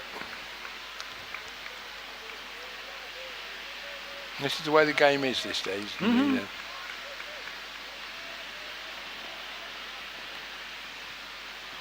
Walter again. Left arm quick. You see that ball angled in, but flicked off his pad. Get one, and they'll get two as Jamie Porter rather. And then he's pretty to have hurt himself down there. Yeah, he slipped again. The outfield over on the pavilion side is a little slippery. Well, we isn't assume it? though, as in unless he's got some of these new fangled studs, boots that. Well, he's just flexing his knee, isn't he? He is, yeah. As Walter comes in again. Yeah, just dropped down on his feet. They went through for a quick single, and big appeals. A bit of a. Yeah, a bit of a left footer, but he's. Walter hit the stumps with his left foot. He did well, actually. It was nicely done, but Guest was there. I wonder if Chelmsford's Caroline Barker popped down. Looks as if she might be useful for Chelmsford City with foot like that. But you would think how tall he is. Would you want him as a striker? He looks the type of the way he runs out. He'd be a bit of centre. Big centre half. Big centre half. Yeah. Maybe goalkeeper. No, I would think centre half can get anything away. He looks the type of just with the big boot straight through, make you know you were there. But this is cricket, and Walter up again, left arm round, and it's strange because the angle of the ball it seems to loop a little bit. Yeah, and then it darts in towards the pads, and then, and then darts in. So as though you've released it, with the old elastic band, and it's going down like that. The bungee action. Bungee action, yes.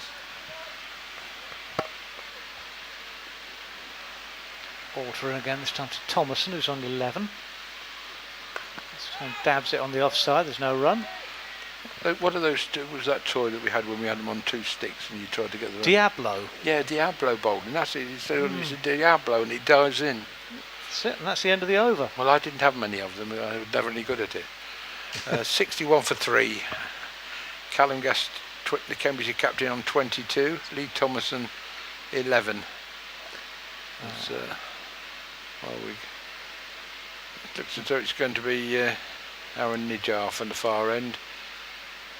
Adam Wheater's just called for the helmet, so he's going to be standing up. Yeah, slow left arm bowler. Yep. Going on at the same end as Harrison Craig went on, so we'd be interested to see what he gets out of the. It wasn't so many years ago that a one-day side wouldn't touch a spinner. No. And now there's a proliferation of them. It's brilliant. Well, they proved that a spinner, whether it's T20, whether it's 50 over, is vital in your side. Take the pace off the ball. Yes, brilliant. Nijar on quickly, and Peel's first up, but they'll run through for a quick single and get it. So, because the state, Allison couldn't pick it up. Certainly, I mean, it's you've seen so many of them over the years. Nijar again, this time Guest on strike on 22. And I mean, you look at Moen. it's everything behind that. Mowing when he's on form in the T20 or one day, because he's a good batter, but he doesn't always live up to the mark. But he's proved it certainly for Worcestershire how good he is. This time rocking back, playing it out towards deep point, and they'll go through for a single. Yeah, gone are the days with the only spinner you get with someone like Flackjack Simmons, who would just toss them in at your feet and hope you've got nothing else to do with it. Because again they'll dash through, quickly taken single again, and just keeping the strike rotating, keeping the scoreboard ticking along slowly but surely. 64 for 3, chasing down a target of 158. And this time without quite timing it. I just texted that injury wasn't hit him on the hand, but difficult when you're behind the arm. People have got a better view with the camera than we've got. Apparently hit the helmet, which is a concussion protocol. Oh right, well that makes a lot of sense. Yeah, absolutely. We weren't quite sure. It's just rocking back and then playing it on the offside. Nice shot actually, nice little cut. As that will give Thomason a single, 166, so to move Cambridgeshire to 65 for 3. Thomason on 13 at the end of Asia's. Yes, it is. Well, what did he bring spray on for the helmet? Well, that's what. Did it need polishing as well? Must have been. I thought it was some things, but obviously people said it hit the head. Probably went from hand onto helmet as well. So. Yeah, I think from being behind, we couldn't see. That would make a lot of sense. By wicket-keeper and everything else. Walter again from the river end, left arm quick, whippy, angles it in at the pads of Thomason, and he'll dance through for a single. So there's some good running actually, some good quick singles taken by Cambridgeshire at the moment, and Essex will be quite content with that as long as they're preventing the boundaries. Yeah, 92 required for Cambridgeshire from these last 16 overs. Manageable. So it is manageable. We've got good wickets in hand. They need a few boundaries. Yeah, but again, Essex will be content-ish for Cambridgeshire just to take a few singles, but no more than that. That's Walter in again. This one was on the pads and clipped away. Square leg boundary. Fielder swoops round and again keeps him down to a single. Yes, Aaron Beard. A lively player, Aaron Beard. Not bowled very well today. No, he will have had better days. Yeah, that's right. Run out for 6 earlier. There's Walter in. And rocking back and hooking it down to the third man boundary for 4. Thomason played that well. Well, he's not afraid of it. If he did get hit on the helmet and the glove, he's not afraid to play the hook shot, is he? No. 71 for 3.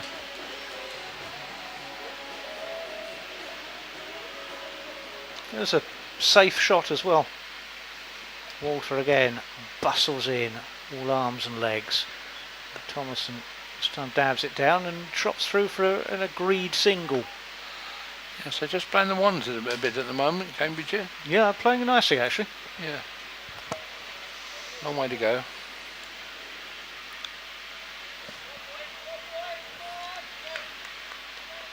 They're not too far off the par score at this stage, which would be 75. They're on 72. There's Walter in once more, guessed this time. Just tucked up a little bit by that, but played it nicely off a thick outside edge, down to third man, and takes another single. They're playing remarkably sensibly, these yeah, two absolutely right. They're not going for the big shot. Lost some early silly wickets. Needless wickets. Well, I did see if the safe Seabrook had got going, this could have been quite good, but again given away. Yes, it is. It's quite good for a different reason. It's interesting. It is. Walter in once more, over pitch a little bit and played up towards mid-off. And again, Tom Wesley just reminding us there. End of the over, 74 for 3, and as I say, it's nicely poised. Thomason catching guessed up. He's on 20, but just ahead is Callingast on 25. Just a couple of runs behind the par score. Remember this Duckworth Lewis method. A revised target of 158. Well, I don't think now the sky looks settled now, so I don't think Be fine for the rest of the night. Duckworth and Lewis are going to come into the equation. Now, Nope, I told you don't you could. I told you you could put that app away. No, thank goodness for that. It was all your fault that the rain came earlier because you got the app out. Well, it was right, and it I did know. say it'd be finished now, and it's finished now. Yeah, that's what it is. Yeah. And there are clouds, but they are highlighted by the sun. Will they have a silver lining for Cambridgeshire? We'll wait and see. Our Nidra continues from the Hayes close end and just dabbed down and trotting through Thomason, taking a very sharp single. Nice piece of fielding, actually. Pick the fielder there. I think Ryan Tenderscarter. Been around a long time. Yeah, hit the stumps, but he was never going to. I'm trying to remember when he first came over to play here. It must have been Nidra again this time. Just dabbed round the corner, and again a quickly taken single. It must have been 2000, 2001. Came over here looking to play some cricket. Went to Clacton, got into under the fringes here at Essex. And Nidra bowled this 50 partnership for Thomason and Guest, as Thomason just plays it quietly back to the bowler, and there's no run. Yeah, he came over here, and I remember a couple of times I caught up with him playing for Clacton. Thomason waits once more to stride forward, but doesn't get to the pitch of the ball. Swooping in short mid wicket. There's no run. And remember having his head in his hands at Clare College, playing Cambridge Ground, and he thought he was out a bit of form and didn't think he was going to get a contract, but he got a contract and he's been successful ever since. Thomason waits again, and this time quietly plays it forward, and Nidra will collect, and there's no run. Thomason on 21, Guest 26, 76 for 3. It's a pigeon that swoops overhead. This time just prodding forward, deep mid on, and they'll of course wander through for another single. We had complete the over. We had the seagulls descend when that storm came around. So we've had plenty of bird life here. No, not quite. No. For water will continue then from the river end. Well, actually, his team manager Keith Coburn has become a bit of a twitterer. He's bird spotting these days. Got his book, but he only counts them if he sees them on cricket grounds. He goes something different. Saw a red kite the other day. I think it must have been at Frinton. Or on some ground. Just a little wide and clipped away to point. I guessed in fact by Thomason, who moved to 23. And Cambridgeshire go to 78 for 3. Ticking over nicely. Playing it sensibly. Oh, it's building up. It's Walter again. Essex just straining for a wicket. This one short and turned round the corner and clattered down to the square leg boundary for 4 more by Guest, who moved to 30.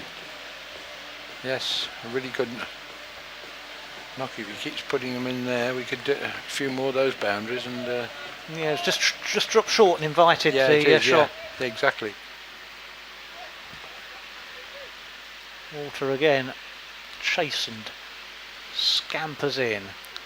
Was it again? Almost. That's an extra 1 to the total as well. It would buy down the leg side. He was looking to tempt Guest. We got Walter in, and the pigeon went across. Was that his mate, his namesake, Walter Pigeon? Anyway, I'll let you recover from that one, and I'll just recover. Spitting feathers.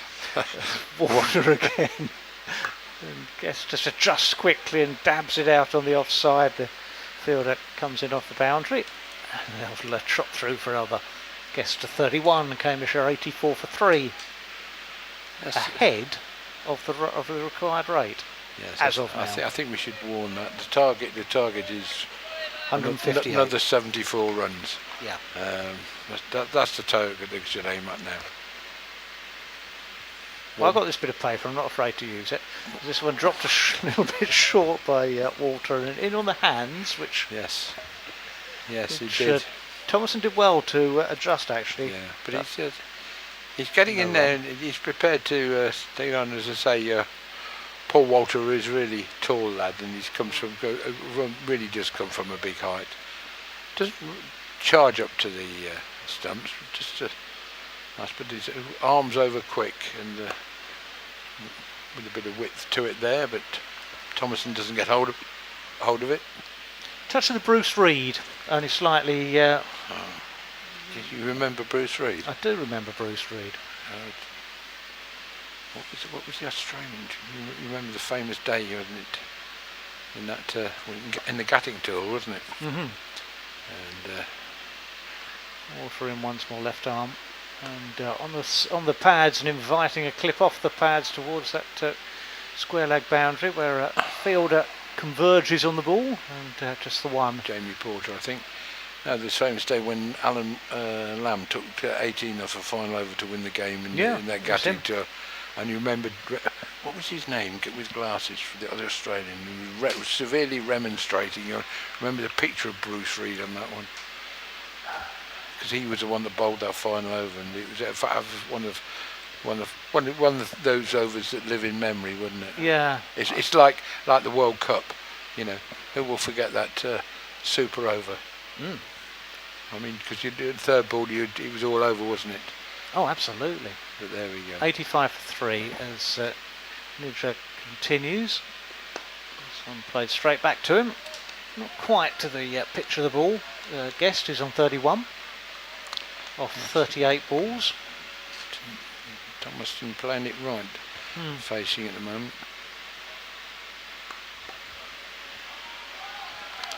Nice, but he was onto that and sort of cut it away down. It didn't look as though he got a lot of pace on it, but it was certainly good enough all to timing, wasn't it? Yeah, beat Aaron Beard down there on the boundary, and just what Thomason to 28. The doctor ordered. Major again to Thomason. Skip in the step and rocking back. Thomason plays it to mid wicket, and there's no mid off, and there's no run. Quickly back into his action, and Thomason again waits, and this time plays it a little straighter, and they'll scamper through for a quick single, putting the pressure on the fielder who missed the stumps. It wouldn't have mattered, he was home safely anyway.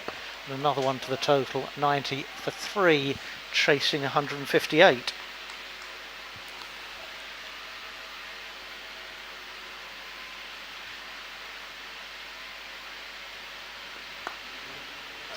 Time played quietly back by Guest. And Cambridgeshire looking comfortable at the minute, Andy. I wouldn't say comfortable, just a little bit of pressure building, because we come into the last 12 overs and they've just got to they're pitching up the singles nicely. They're in the control of the situation at the moment, but they've got to pick up a few boundaries, because what was 67 required is just a little bit more. It is a little bit more than 6 and over now. It is a fraction, yeah. So a few boundaries would just relieve that little bit of concern or pressure, shall we say. But they've done it right. They've done it. They've got themselves in the game, and they've rebuilt this innings really, really, really well. I mean, and really, really gone well. Yeah, 91. At the end of the over from Nidra. Yeah, so I mean, say Tom Wesley, obviously going to make a change at this end. I think he's going to have to. Walter has been a little expensive and a little wild, hasn't he, from this river end. Wesley has made a change. Who's he bringing on? Looks like. Is it Ryan Scott? I think it is, isn't it? It is. I would think it looks like the experience. Ryan Tenderscartoff to come in for this end. And I was just about to say he hasn't done so much bowling in the past few years because he had a little bit of a back problem at the time, didn't he? But on his day, skiddy bowler, isn't yes, he really is a bowler that he's going to come in and do it from this end, and can be a match winner on his day, and as he's proved in the one-day stuff for Essex over the years. Short, economical run as he comes in and was flicked away by Guest down to that deep square leg boundary. And Jamie Porter runs round to pick it up. 1 to the total, 91 for 3. And I think what they've got to set themselves out, Cambridgeshire here, Mark, is to ones and just wait for the man. If you get one a ball, think one a ball. And if the big boundary comes, that takes the pressure off. Ryan Tenderscartoff just pushing Jamie Porter around a bit finer. So he's obviously, but now it comes into Thomason. Thomason just angles the bat down, and it's Aaron Nijar down at third man, runs round, picks it up, comfortable single. As I said, think one a ball at this stage, and it's becoming an intriguing encounter. Yes, it is. 65 wanted.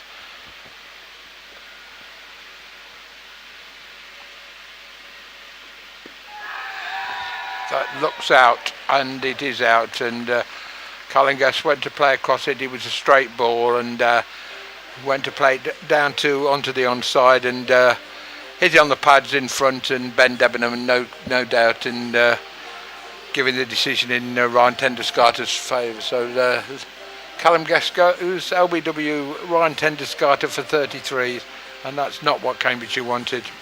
Big wicket, Essex needed that, just to give Cambridgeshire's momentum a bit of a jar, and it's certainly done that. Yeah, it did, but as I said, it's a situation where he was trying to go for the single and push it to one, where it was probably would have been better to just play straight and see what he go.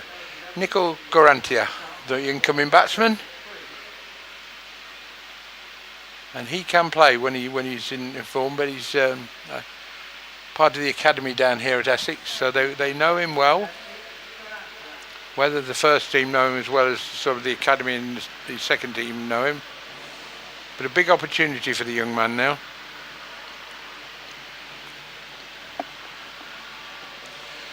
As he makes his way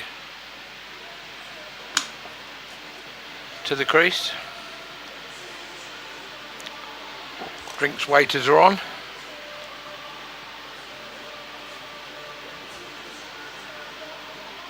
Yeah, Garantler took that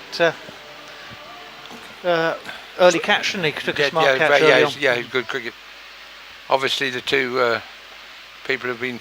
Ryan Tenderscartoff, a former captain here, and obviously Tom Wesley, what's his third year now as captain here at Essex, and obviously just using each other's experience, firing ideas off each other.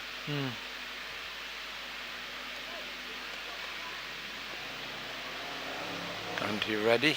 Stoops as Tenderscartoff comes in, and on the right line, just back of a length, middle and leg, no chance of any run there. Ryan Tenderscartoff looks keen today. He looks as though he's enjoying it now. Got that wickets, and didn't get many with the bat, but he's chirpy, and it's a good sign for Essex if he gets into that kind of form, and that's a full length. Driven firmly back, but unable to beat the bowler, who's, as I say, over the years, especially here at Essex, has proved a match winner in the big games. Oh yeah.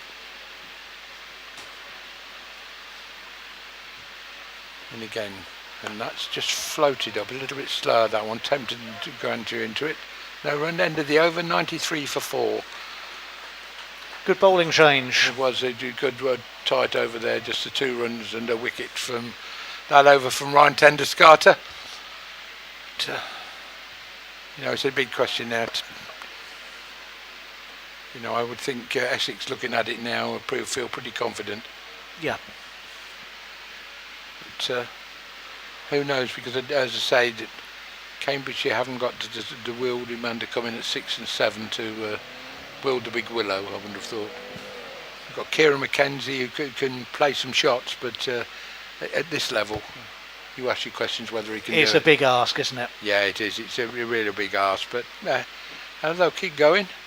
Aaron Niger to continue at the far end to Lee Thomason.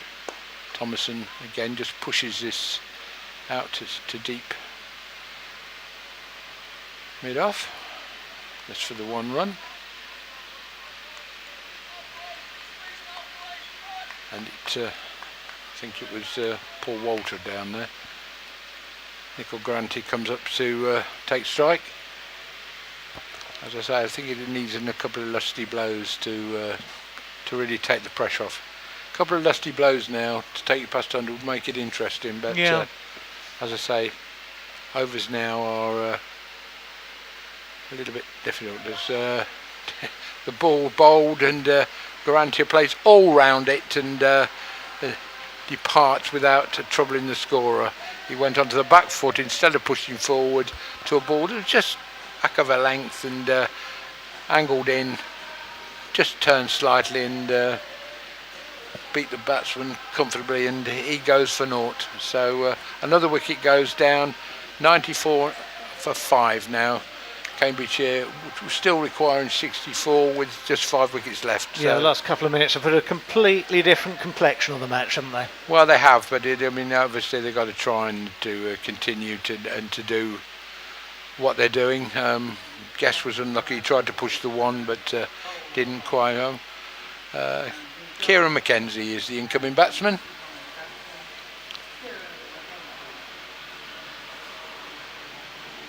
Played for Cambridge Cricket Club 2 years ago, didn't play last year, and playing his trade with Histon in the Camden Hunts Premier League this year.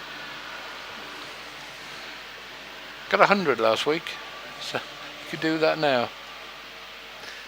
But it's a big test. It's a little bit different situation for him. A nice cameo 27 in the run chase against Cheshire on Sunday. Really took Cambridgeshire along with Lee Thomason to the checkered flag after the work had been done by Ben Seabrook as Nijar comes in. Falling, pushing forward. Chris Watts looks at it, and Chris Watts has no doubt and played all across it again, and didn't take much time, Chris Watts, to do that. It looked out and come and gone in a flash, and I think this is going to be over very, very quickly now. They're into the tail really, but we'll have to wait and see. You never know, somebody might deliver on the day. And Nidja finds himself in a hat-trick. Yes, he does, and well, I wonder if they have a jug here. I wouldn't have think so.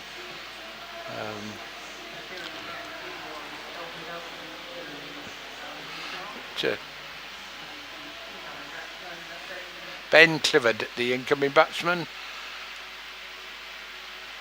Sawston Babram got some important runs got a very good 50 down at Hertfordshire in the opening group game in the National Counties earlier on in the season. Took a good catch and an important wicket as well in the Essex at National Counties level. He's a useful player because he's, as I say, one of these journeyman types, and he'll do your job, but he's got a big job to do here. 60 runs, and we could do the similar innings that he played down in Hertfordshire. First thing he's got to do is survive the hat-trick. And the problem is the DLS pass score. That's what's done Cambridgeshire. It's 111. 111 on the board. So I said we weren't going to worry about it. We're not, but feet off the ground. Nijar in again, and Clifford firmly in behind it. That's what the other two batsmen should have done. Just watched it onto the bat and denied the hat-trick. Nijar returns 2 for 13 so far from his 3.4 overs. Comes in again, Clifford and back, pushes that out to the onside, offside. He's off the mark, and he'll be very, very pleased about that. And more than can be said for Nickel Grant here and Kieran Mackenzie come onto a county ground and go away with a naught and a first baller at that. You're going to Thomason. Thomason crushes this one out through point and it runs away for 4. And an important one takes Thomason up to 35. And I think he's got to be the important role now for Cambridgeshire to do a few more of them, but it'll take a lot of doing because there's not enough boundaries coming. Yeah. Tom Wesley signalling for something, pointing to his ankle. I don't know what. But I think he wants something brought out here. 99 for 6, Cambridgeshire. I don't think he wants his bowling boots. No, I don't think so. No, but I think he's got enough there. It's the Ryan Tenderscarter. About to start his second over. Going to be to Ben Clifford. Taking the slips away now. No close fielders, just a ring in. Well, I think everyone agrees it's long handle time, don't they? Probably not quite yet, but as I said, he's got a line of 3, one dropping in behind on the offside, and a couple at the extra point. So he's going to bowl into the arc, but just down the leg side. That'll be 1 to the total. 100 comes up for Cambridgeshire. 10 overs to go. Brings up the 100. 10 overs. Yep. 57 required. Yeah. 5.7. Yes, I made it that. That's an easy maths. Yeah, I made it that. And Over's Clifford crashes this, go through the offside. That'll go. Fielders go out. Will the ball win? No, the ball is slowing up just inside a dive. Do tandem bit of fielding down there, and they get through for 3. So 3 to Ben Clifford. Nice shot, but as I say, we're getting 8:30 at night now, and obviously I would think the dew coming up. Yes. Yeah. There. Nice little tandem piece of fielding between Pepper and can't see who the other one was. Ben Allison, the bowler. And that one is poked, and then Thomason just puts that angled in by Ryan Tenderscarter. Tried to angle the ball down to third man again, and that probably is the end of Cambridgeshire's chances. Lee Thomason departs, bowled by Ryan Tenderscarter for 35. Yeah, he just played all round it, didn't he? Kept a little low, perhaps, as well. Well, no, I think he's trying to. It was a ball full, and they've got to try and get one a ball. And Lee Thomas trying to angle the bat down to third man where he's been successful. Probably wasn't quite there for it, and clever bit of bowling. Missed it. Yeah, just using Ryan Tenderscarter, just using his experience to good effect. Well, we can see on the helmet, dark black helmet, the badge of Oundle Town. This is Harrison Craig coming in. He's had a good day. Well, he has had a good, but he probably wish he wasn't batting, but knowing what he's like, because he said on Sunday when he'd had a good day, but he didn't want to bat because he wanted to see them over the line. But I think he will have to do something special to get another 55 runs to win this. But yeah, there's still 3 wickets there. Yeah. The fat lady may be gargling for Essex, but she's not singing yet. No, the wickets are against Cambridgeshire. Deliveries aren't, but the experience of Ryan Tenderscarter probably is against it. Oh, that was a really key bowling change at this end when he came on to replace Paul Walter. Yeah, it was.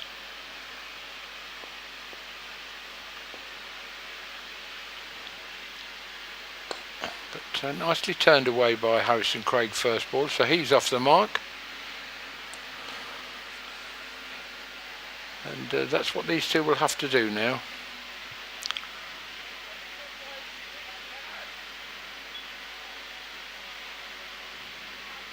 Nonchalant Brian Tenderscarter, he's been there, done it, probably got the t-shirt as well because he's played international cricket for Holland, and just going, just enjoying himself. Good on the length, but turned away by Ben Clifford for another one, 105.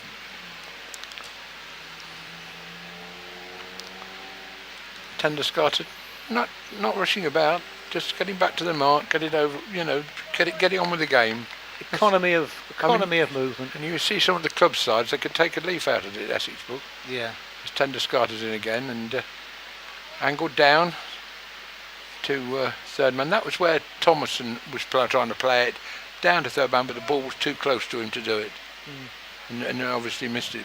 Yeah. As I say, yeah, some of the club sides that could take a little. Just watch this and see how people get round, enjoy the game. The game keeps moving. Yes. That's right. Tender-Scarter comes in again to Clifford. Clifford crosses it up to Wesley at mid-off, goes for the run and goes for the single. Looked to have his bat down. Ben Debenham out quickly, square of the wicket. Had a good view of that. Bit of a dead-eye dick from Tom Wesley there, but absolutely. But they do practice that at this level, and Clifford comfortably home. And the umpires have to be sprightly as well to get in good position.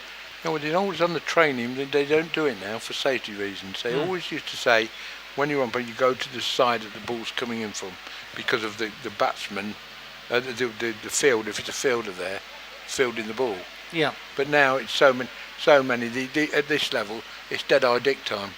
Yes. The bowler will try and get there, but they'll go for the stumps.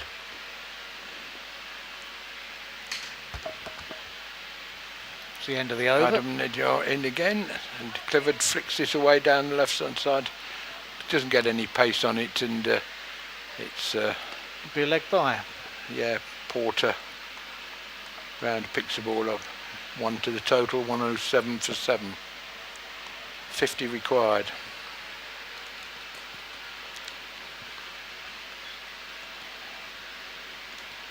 Three or four boundaries now make it interesting. And make it exciting. I can't see it happening, but no. But that's crushed one. But they've got a sweeper out there in Aaron Beard, and Harrison Craig played that nicely, but Beard comfortably out on there in front of the pavilion. And this is why a good field set by Tom Wesley now. I mean, he's got on the offside, he's got a deep mid-off. He's got Ryan Tender-Scarter at extra cover at point. Back Alistair Cook at short third man. Oh, confusion, but fortunately they managed to sort themselves out quickly. Harrison Craig came charging down. Yeah, so we've got a line of 4 really on the offside, and Aaron Beard fielding on and doing the sweeping role, and on the offside we've got a couple of field and 1 deep and a sweeper as well. So there's not much room. You've either got to take the gamble and go over the top straight and hope you time it, or play it late and try and beat the fielders on the offside and get round down to this short boundary. Goes for the reverse sweep to get 1. 110 the total. Clifford on to 7. This night comes in quickly now, doesn't it? It does. Nights are pulling in. Yeah. Yeah, Christmas will soon be. Depressing thought. Christmas will soon be here. Yeah. Oh, that is depressing.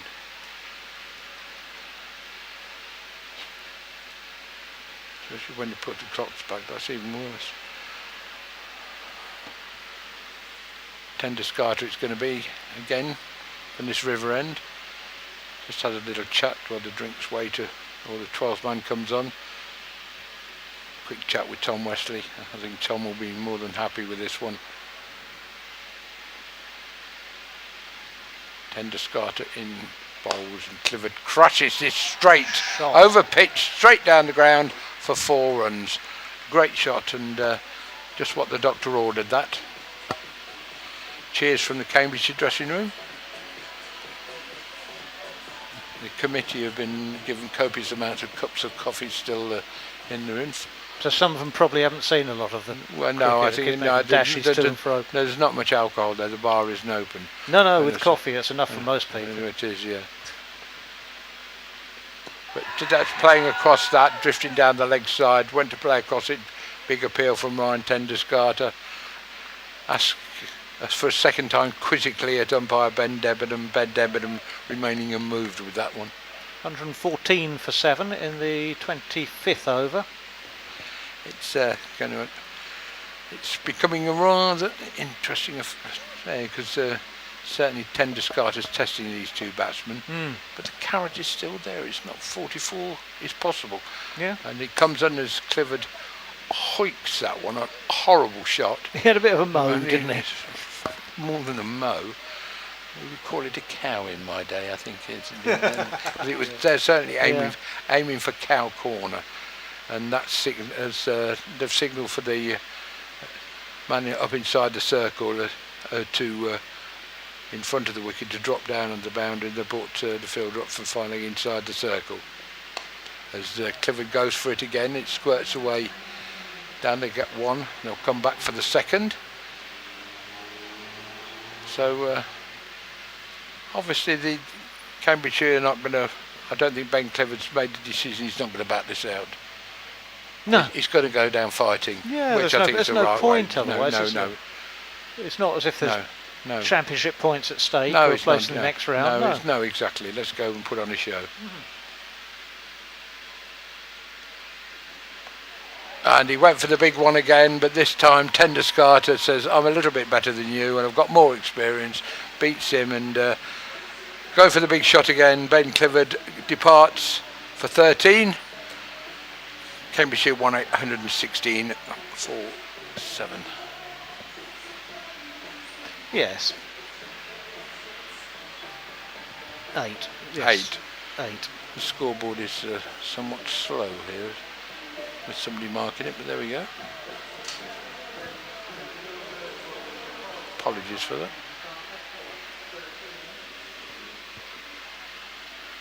Which leaves a penultimate man to come in. Who would it be? Smith or Hancock? That is Mark Smith, I think. Well, it could be, yes, I think it is Mark Smith. Well, I've been caught like this before. I've done games before where I made an announcement to someone as a goal scorer, actually, in that case, and I was relieved when the Tannoy announcer repeated it. Yes, I later found out that he'd been listening to me. I was just looking at his gait walking to the wicket, I think I did.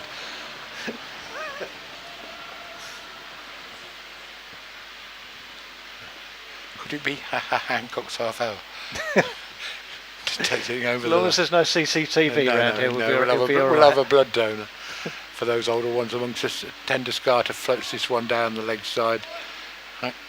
Smith looks to play it out there and hits his pad, no run. And well, Tender Scarter obviously pleased with that. Just pointed to himself. Yes, it was a bit too far leg side, and he walks across. He's ready there and waiting.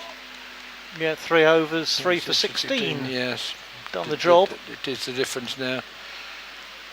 Alistair Cook having a word with umpire Chris Watts. Nijar to continue his 6th over to Harrison Craig. Harrison Craig on 3. Craig back. Pushes that out to a bed, deep cover, brings Mark Smith onto the scene. 41 required.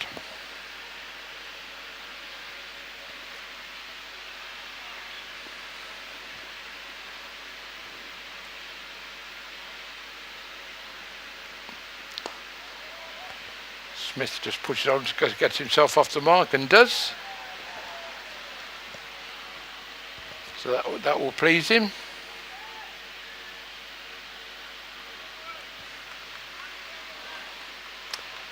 Yeah.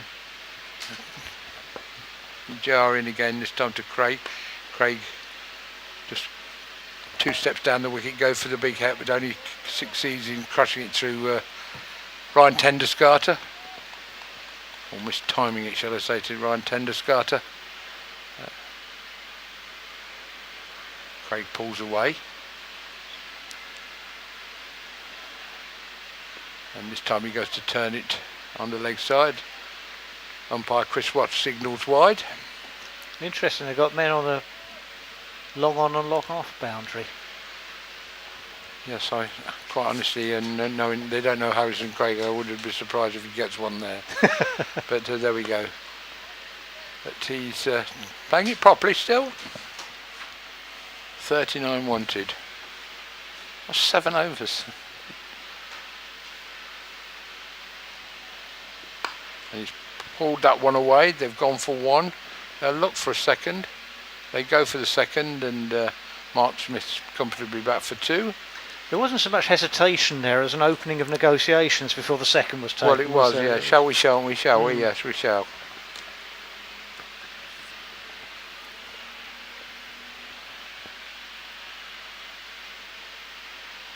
Majori again just fired that one in, just back of a length, and that's the end of the over.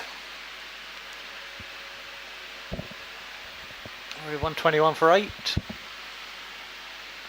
Chasing 158. 37 required. But the 4-8 is the key factor here. It's been an interesting contest. Essex have been made to work for it. Yes, it has. I mean, the Cambridgeshire bowled well, really, really well. Final power play.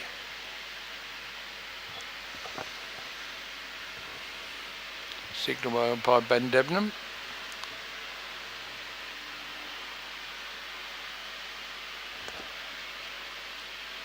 That's Ryan Tenderscarter. Well, I mean, it's to say 3 for 16.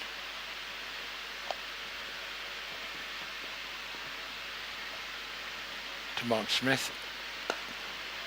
Smith pushes that away, and it's Paul Walter, the tall Paul Walter, in quickly at mid-wicket to collect.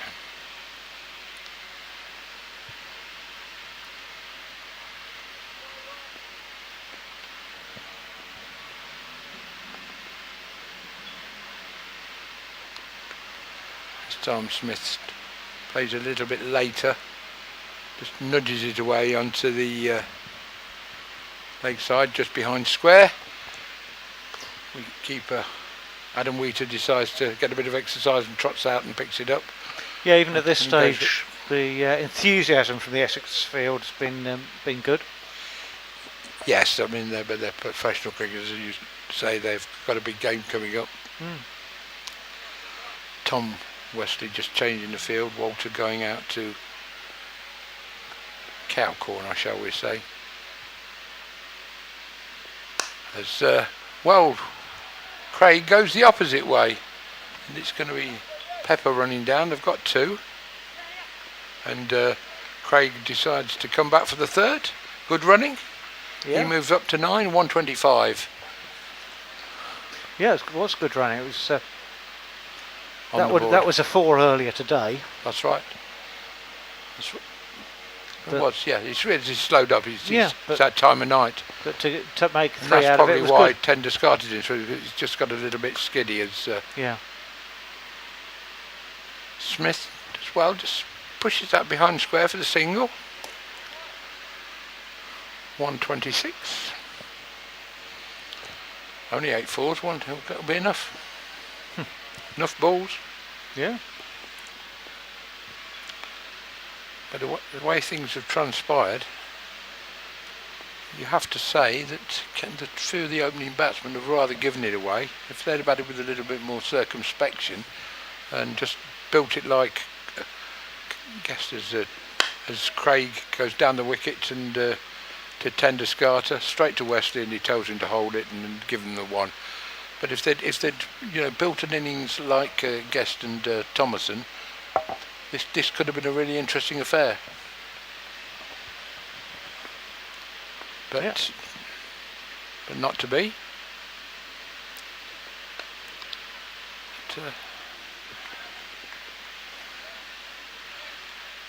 But, 36 balls to go and only 30 required. And only 2 wickets required. Yeah, that's the thing. But the thing is, it's still there. The game's afoot, but it's limping. It doesn't. Yeah, but it doesn't need the big shot. Yeah, no, you're right. The way they've done these last few balls, just try and get the ones.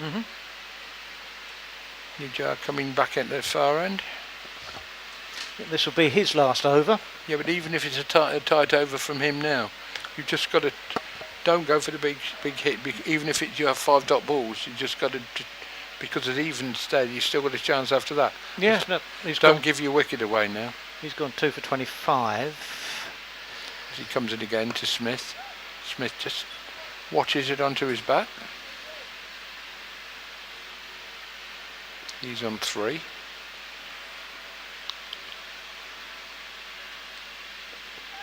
Tries to play across that one, ball straight, and hits him on the pad, and umpire Chris Watts in the affirmative once again, and Smith, well, he battled in there, LBW to Nijar for 3, and I think now the end is nigh. 128 now for 9 Cambridgeshire, still requiring 29, if my maths is right, 30. 29 to tie. Yes. Well, at 10 to 9 on a Tuesday night, that's not bad maths. That's all right, that works for me. Yeah, it is. I was just nodding and agreeing with you, whatever you'd said at that point. No, you have to get it right. I know, but I must be the only person involved in this who hasn't got a computer in front of him. Hancock's half hour. No, it's Ali Hancock, the incoming batsman. Saffron Walden, opening bowler. I'm not sure what his batting record is like, but looking at Saffron Walden's totals, it wasn't until last Saturday that they got a really big score, but they still looked Great Wishingham, so. And batting in a sweater as well. Yeah. It has turned a bit nippy, you know, when Saturday was probably the fan at the back of. Well, it's gone to the sublime to the ridiculous in here as Nijar comes into Hancock. Hancock forward, plays forward. I'm not going to be out first ball, so he's a bit of banter in the dressing room with Kieran McKenzie because he went first ball, so that'll be an interesting conversation tonight. Nijar again to Hancock. Forward again, just pushes that out, playing straight. Just a couple of balls left of this over. The umpires just converse with each other by signal. Nijar again to Hancock. As I say, night drawing now, and in this situation and playing in the lights, it does get a little bit skiddy. Yeah. At this time. But it's the experience of the bowling again as he comes in again, Nijar. And that's the end of the over. His 7th, his allocation's gone. Yeah, 28 for 9. Cambridgeshire still require 30 with 5 overs to go.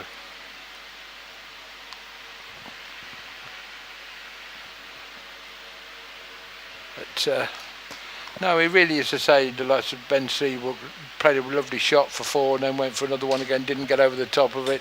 Matt Dawn had struggled, then hit a nice 6 and then horrible shots again, and Wakas was saying he gave it away again.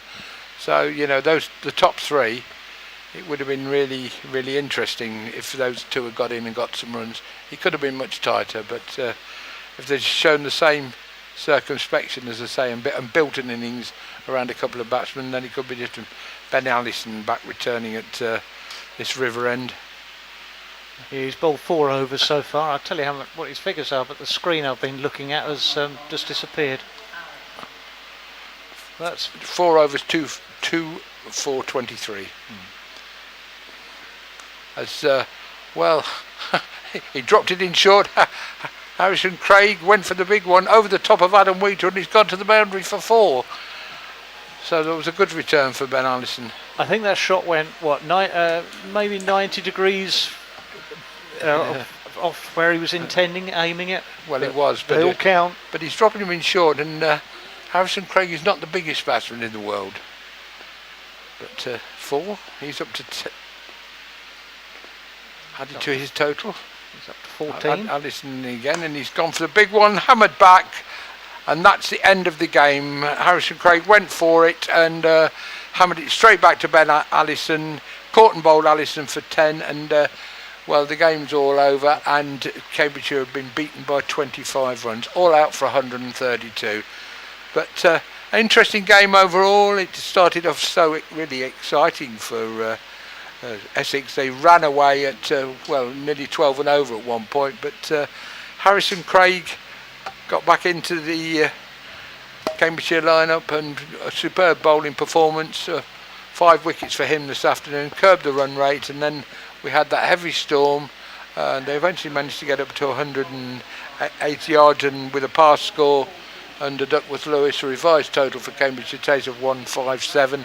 Cambridgeshire lost early wickets, and then a really good partnership between Callum Guest and Lee Thomason rebuilt the innings, but really there was no support really for the around them for other than that. And one or two came in, got a few boundaries. Ben Clifford got into double figures, but nothing really solid in there. And in the end, it was a sad end. Caught and bowled Harrison Craig going for it because the wind's still on.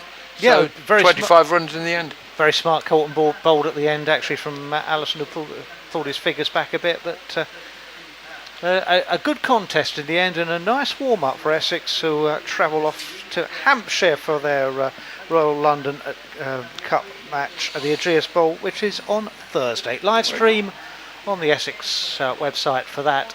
And we'll just run through the scorecard before we sign off for the Cambridge scores. Ben Seabrook caught Aaron Baird, bowled Ben Allison for 4. Matt Duran caught Ryan Tenderscott, bowled Jamie Porter for 12. Waqas Hussain caught Michael Pepper, bowled Ben Allison 4. Callum Guest, LBW Ryan Tenderscott for 33. Lee Thomason bowled Ryan Tenderscott 35. Nikhil Garantia bowled Aaron Nijar for 0. Kieran McKenzie LBW to Aaron Nijar for 0. Ben Clifford bowled Ryan Tenderscott 13. Harrison Craig, the last man out, caught and bowled Ben Allison 14.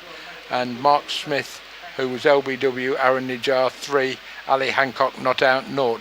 The bowling figures for Essex: Ben Allison 4.2 overs, no maidens, 3 for 27.